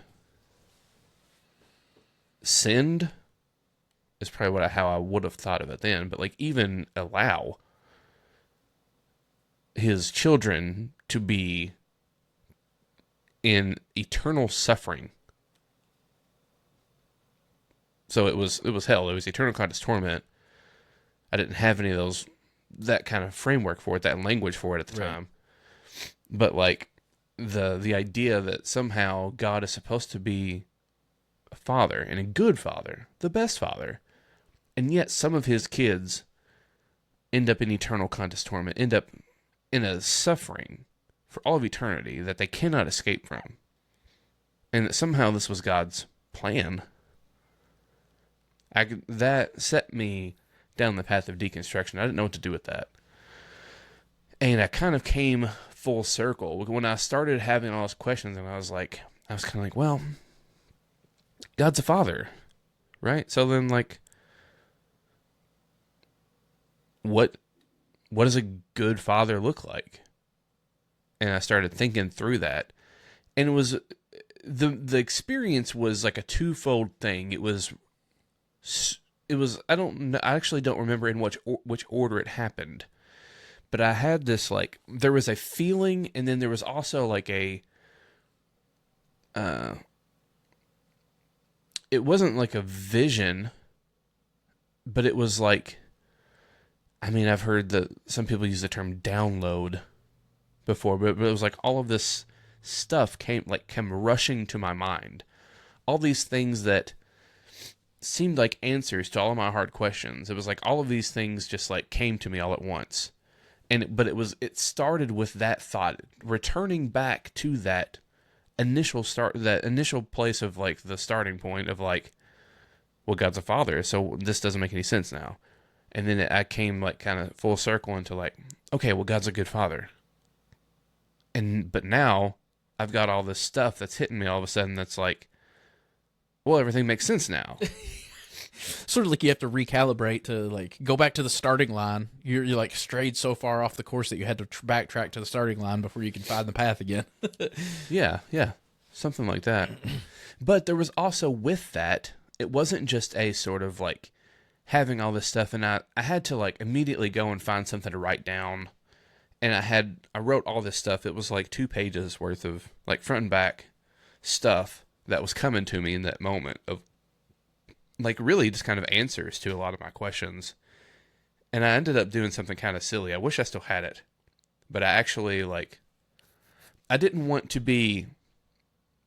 put too much stock in my experience. I didn't want to put too much, because of exactly what you laid out before, like how much trust do we put in those things? And like, right. So I was like, well, I don't want to be married to these things. So I'm just going to, I actually like tore it up and threw it out and was like, I'm just going to be open to whatever. I'm not going to be married to these ideas. But honestly, at least what I can remember of what I wrote down, this entire process of theology is just confirmed, really. Yeah. Of me studying theology and studying the church fathers and all this stuff, really, all of it, in one way or another, is just confirming what I received that day. Yeah. But that wasn't the only thing happening. There was also an experience of like a feeling, and I want to say that this happened before all of the answers and stuff started coming to me, but there was a feeling of like an embrace, probably similar to what you felt when you stepped in the fire. Yeah. I would assume. This was like almost like a hug that embraces you, like holds you so tight that you almost can't breathe. Like it's like hard to the experience like literally took my breath away. And it was also not something like I knew, even though I like felt like a tight squeeze that was taking my breath away, I wasn't afraid. Like I knew I didn't have to be afraid of it. And I knew that it was good. But that turned into all of a sudden all this stuff is coming to my mind. And I have to write it down immediately. Yeah. Isn't it frustrating that other people can't feel our experiences? Yeah. I actually had what I would consider a mystical experience that was the initial catalyst that ever got me into church in the first place. Because I was, I grew up, we've talked about my past, I grew up in church in Southern Baptist tradition, but I went to Campbellsville, which is also a Southern Baptist affiliated private college. And man, they really pushed religion away from, like, I've talked on this show before about like when somebody pushes one way, my natural inclination is to push just as hard the other way. And they were so hard on the legalism and the rules and stuff that it really turned me off to religion altogether. I didn't want anything to do with it. I never thought through it enough to like ever say like, well, I don't believe in God or anything like that. I just didn't care. I didn't care about any of it. I didn't want nothing to do with it. I was just trying to live my life. You know what I mean? Yeah. And so 2009 came around. I got married in September of 2009, and I was not interested in church, anything to do with it. Kel was still going, and of course we were married, so we were living together. But she would go on Sundays, and I would just stay home. Like, I don't want to go. I don't care about that. And I'll remember I can't remember if it was Halloween night or the night before Halloween, but it was right around Halloween, which I thought was interesting that this experience happened because that's when we always associate with like the thinning of the veil and the spirit world and all that stuff. Which I don't really believe in that stuff now, but at the time I did. And I remember, so we lived in this little apartment in Owensboro, tiny little 1-bedroom apartment. It was pretty creepy, to be honest with you, which probably didn't help matters any. And at that time, I also worked at the radio station. So I was entry level at the local radio station, which means minimum wage. You're working nights, weekends, and holidays, basically. So I would work during the night, and I would come home at like midnight or early wee hours of the morning. And that night, I came home. It was super late. Kelly was already in bed when I got home. And I remember laying in bed and get ready to go to sleep. And what makes me think there has to be something more to the story than just my own imagination was the fact that I didn't care. I was never thinking about church. I wasn't thinking about God. I wasn't thinking about any of this stuff. It wasn't one of those things where somebody can point to being like, well, of course you had this kind of experience because it's what you think about all the time. Like, no, it wasn't even on my radar at the time. But I remember that you ever like feel like something is just watching you, like something bad. I don't know. You just that ominous feeling. Like I would imagine it's what it feels like when you're out on a trail and there's like a mountain lion stalking you down or something. Yeah, like you can't see it, but you know it's there. Just something. Yeah. And I sort of felt like that while I was laying in bed, and suddenly it sort of, whatever it was, the vision, it revealed itself to me. It was standing in the corner, and it was like this, the only language I have for it is an entity, and it had I could see it as clear as day. It had the face of a boar, but it was dressed in like a cloak. And it scared it's like sleep paralysis scared. Like you see it, but you can't even scream. You can't do anything. And just as quick as, I bet this happened within the span of seconds. And then I was back in reality again. You know what I mean? We're back to my normal life. Yeah. But that was enough to freak me out. But I was also sort of like, well, I mean, it's Halloween, so that's sort of the mood, scary movies. And I was up all night working at the radio station by myself. By the time I got home, Kel was asleep, and just all these different things. I sort of wrote it off as sort of, even though the feeling never left, I sort of wrote it off as just my own brain playing tricks on me. Right. And then I got up the next day, and I was interested enough to like do some research, and I got on our computer and started like looking up if there was any sort of like demons associated with like the imagery of a boar's head or whatever. And I don't remember the exact like things that I had read, but I did come across something that was like, well, there was this demon that is depicted in demonology with the head of a boar, and its specific purpose is to come against newlyweds. And again, this was October, and I got married in September, so pretty newly wedded. You know what I mean? Right. And like apparently, like the mythology, I guess, around this demonic entity is that's what its purpose is to drive a wedge between newly married couples to make their marriage miserable. And that scared me enough to where I was like, I think I might go to church this time. Yeah. And I have been in ever since. That was 2009, and I have been in ever since. I mean, of course, even when I deconstructed, I was still going to church. So I've literally been in ever since. And I mean, I don't I guess I've come full circle on some of that stuff because it's just the semantics of language. Like I don't believe in demons as far as like fallen angels that, in the same way that I would have envisioned it back then. Yeah. But I think sometimes those things have to reveal themselves in ways that we can comprehend them. They, sort of that meet you where you're at, the way that you can comprehend it, the imagery that makes sense to you. Mm-hmm. I mean, sort of like what you said, like you felt an embrace that you would attribute to probably God, right? But like you also know, like, well, God's everywhere. God's in you. God, like, it's not like God has a body that like literally embraced you, but that's the feeling that you had because that's the way God could communicate that with you. You know what I mean? Like, right. And I think that that's sort of what was happening with that experience, even though I don't really believe in that, like evil spirits in that way. I guess I do understand negative energy.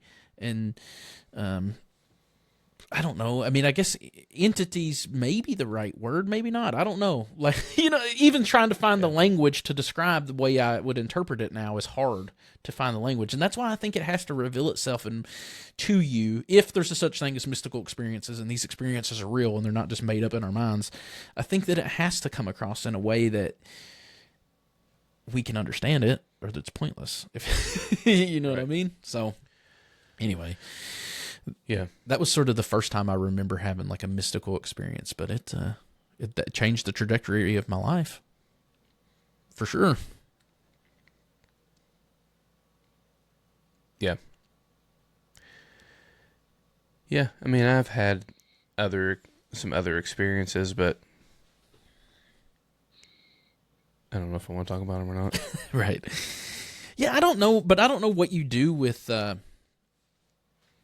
to your point, and we both have already said it. I don't know how much stock should you put in those kind of things, like some of them seem to be so, some of them seem like you can't not give it some credence. Yeah, yeah. Others are maybe more easily dismissible, but there's some experiences that you have that you're like, I don't know what to do with this. I don't know how much I should be putting into this, but I can't not put anything in it. Yeah. Yeah, I mean, even with the one that I just talked about whenever me and Kel first got married, I mean, like, is there an actual demon consciousness, like consciousness entity that was trying to destroy my new marriage?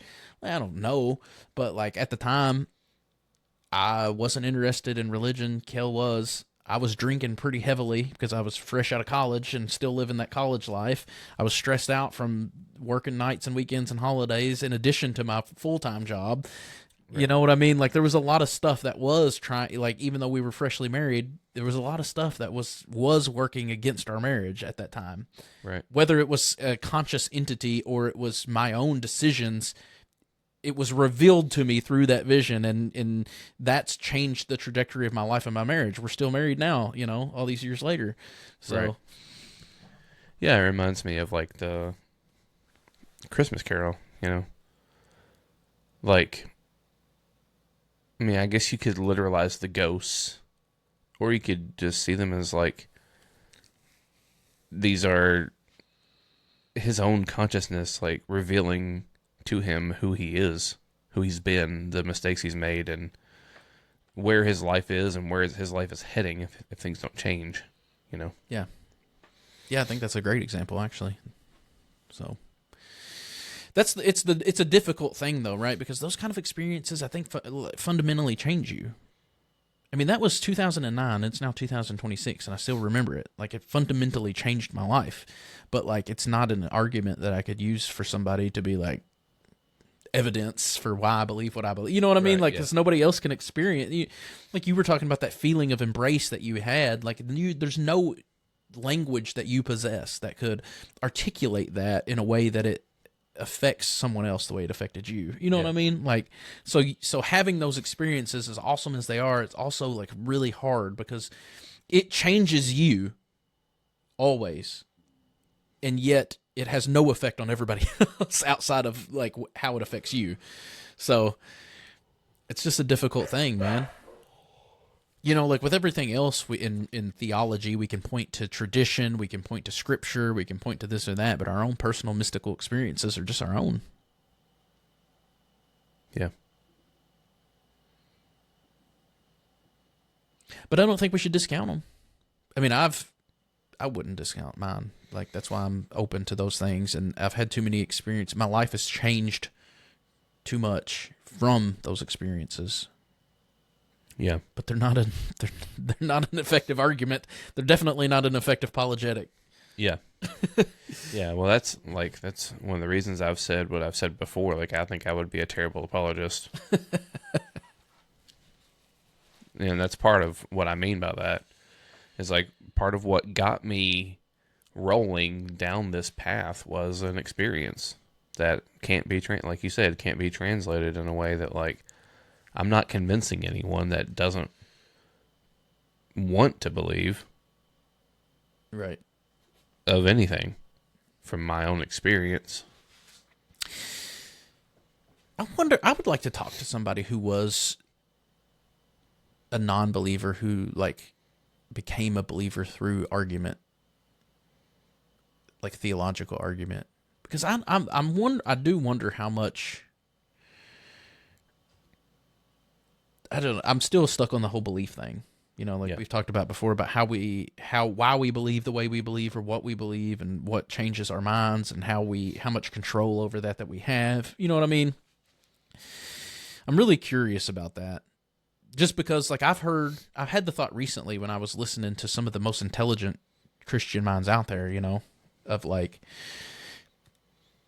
to be fair, they weren't in a conversation with atheists. They were in a conversation with other believers.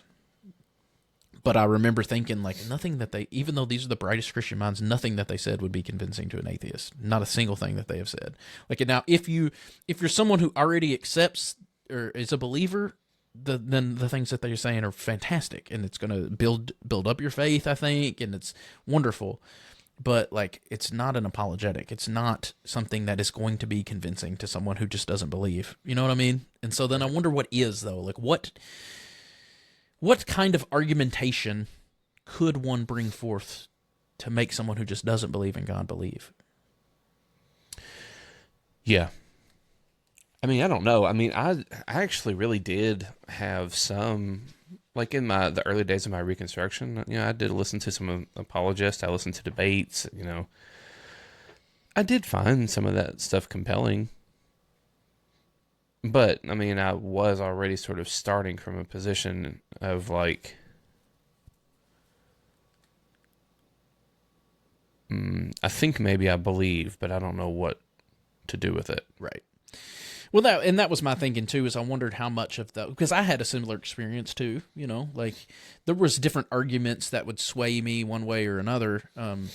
But I was already, like, I grew up in it. Like, I was already sort of in. Right. And even though at my lowest point, what I would consider my lowest point of my deconstruction, I would have said that I don't believe in God anymore, that I'm probably an atheist. But you notice I put the word probably in there.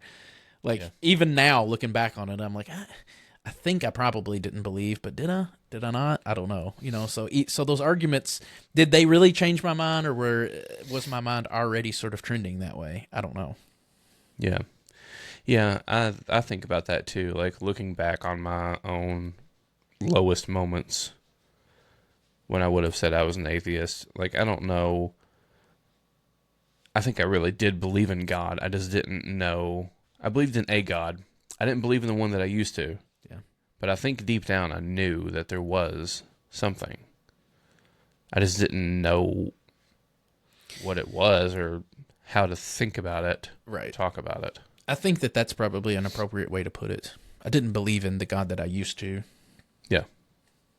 But I don't know that I ever really didn't believe in anything. Yeah. Now, for sure, there was times when I was like, I don't know what I believe. Yeah. But yeah, I don't know. It's because I find the conversation, the arguments interesting. You know, like, I still watch a lot of that stuff. I mean, from both sides of it. Like, I listen to, I don't listen to the Illicit Childers of the world, but I listen to my fair share of the Matt Dillahunties and the Britt Hartleys and Myth Vision, Derek Lambert.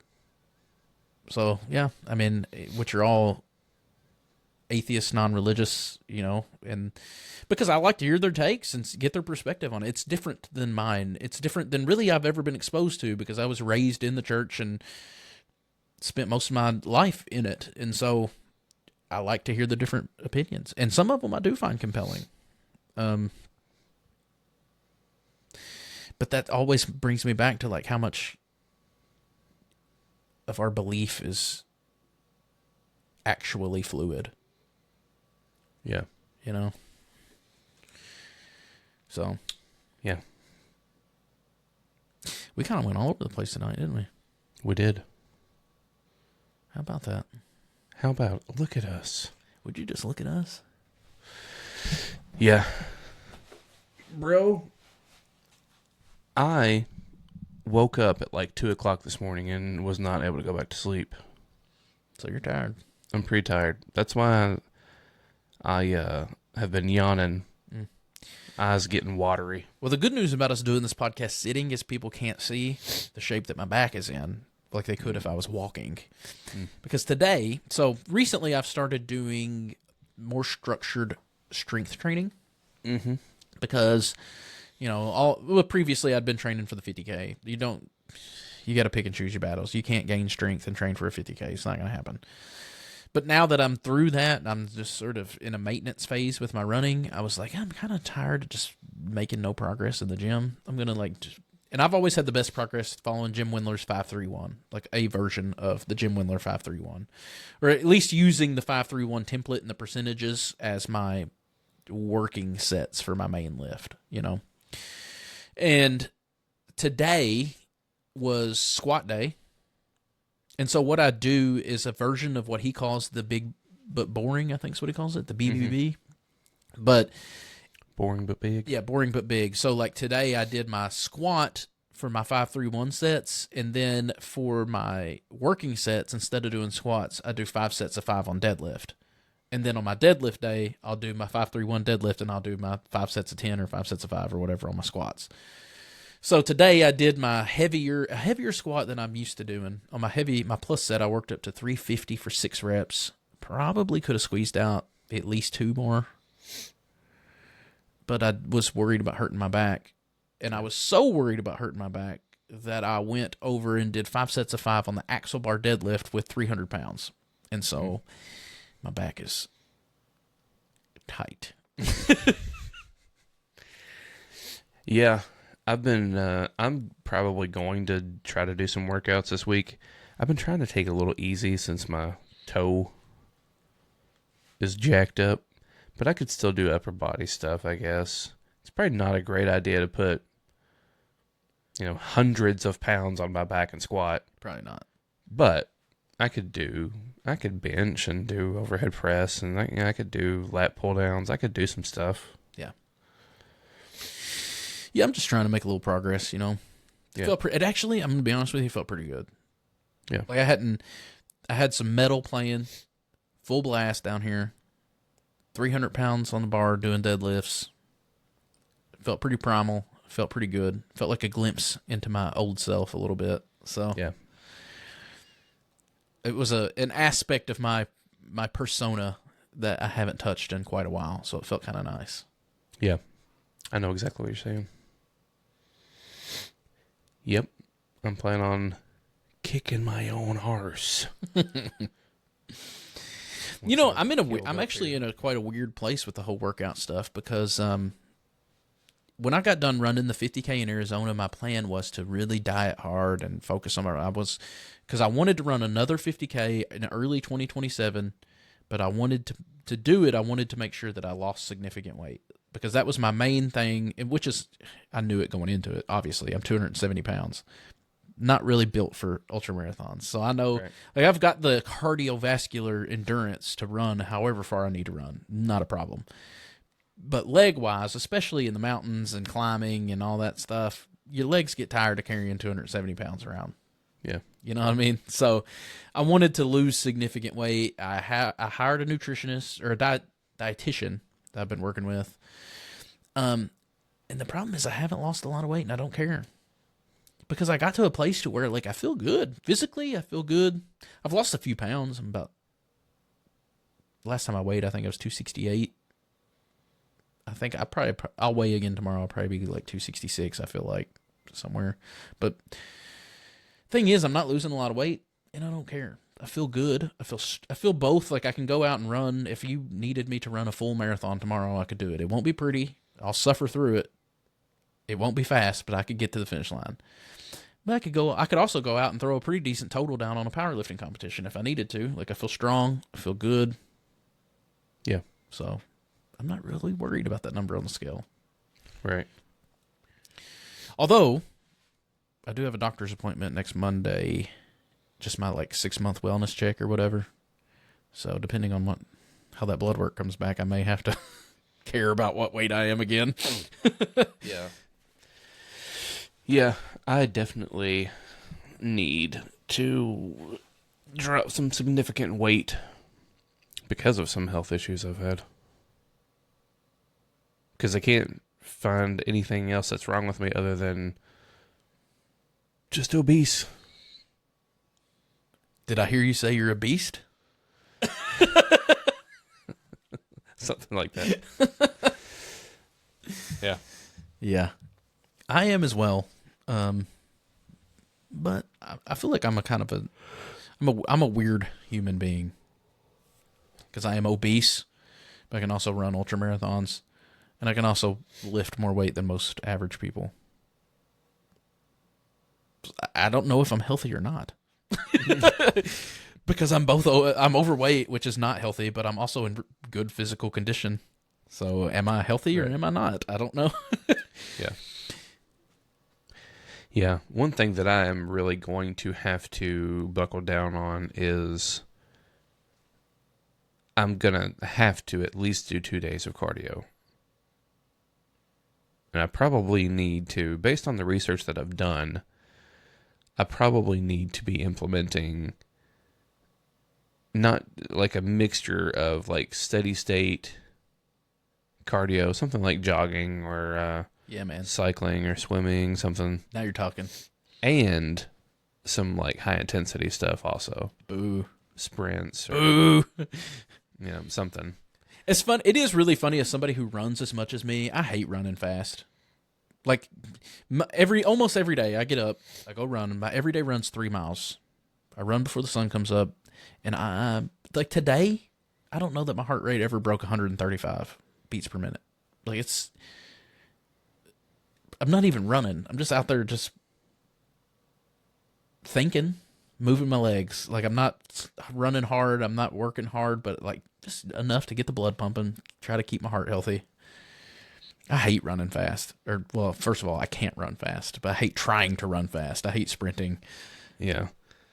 Well, so I don't know that I'll be doing a lot of sprinting, but I probably will do some HIIT.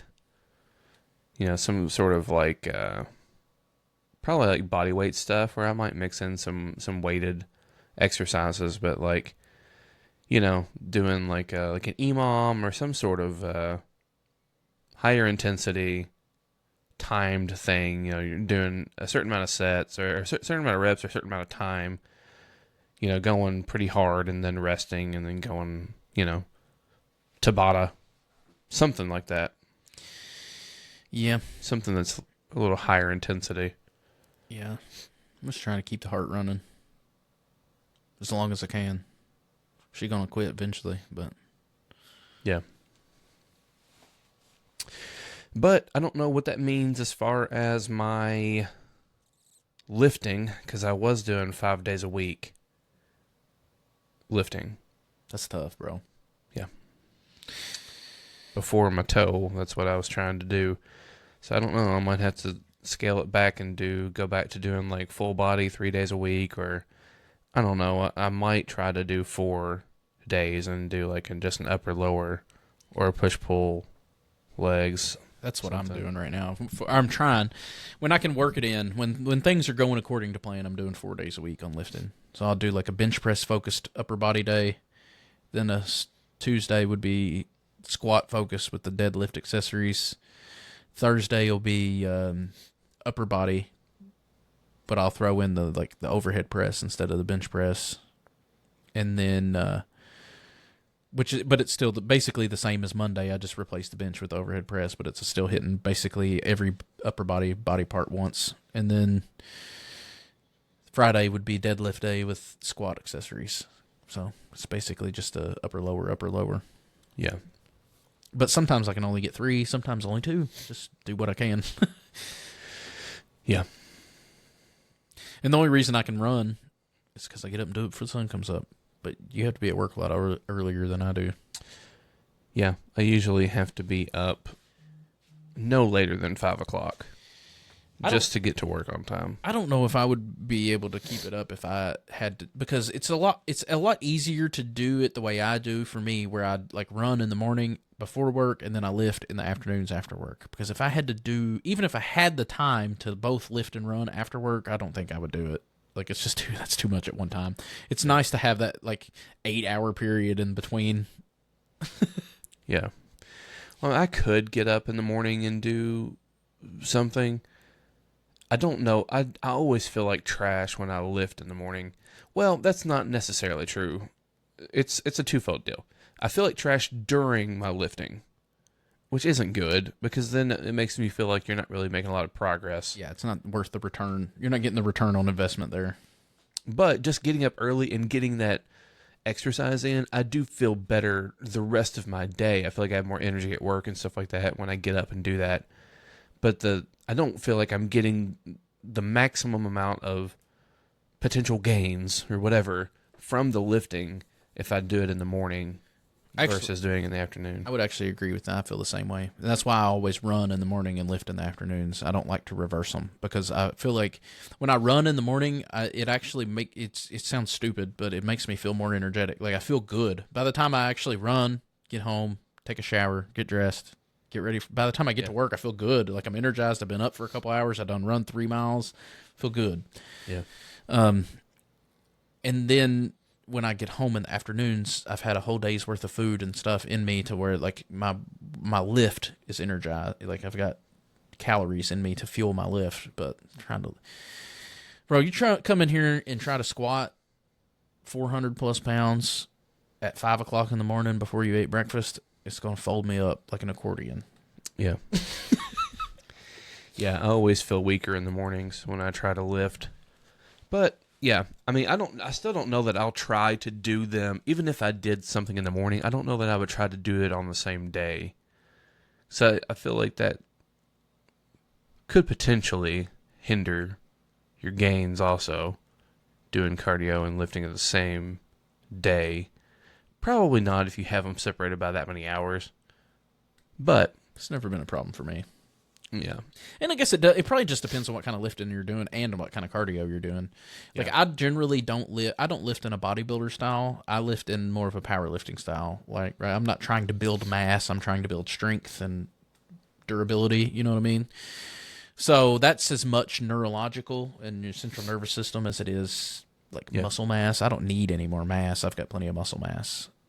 I mean, I'm not huge or anything, but I'm plenty big. If it's just I've got too much fat covering all of it up. Yeah. But anywho's. Yeah. Well. Yeah. We could talk about that forever too. Yeah, we could. But anywho, the takeaway, America, the takeaway from this episode is, don't bow down to golden statues of freaking anybody. Or chocolate bunnies. We guys. eat chocolate bunnies. And you know what? Jeez. If you got a politician that you prefer over the others, that's cool. Just quit being weird about it. Okay? Is that too much to ask? Quit being weird. Yeah. Amen. And all God's people said it. Amen.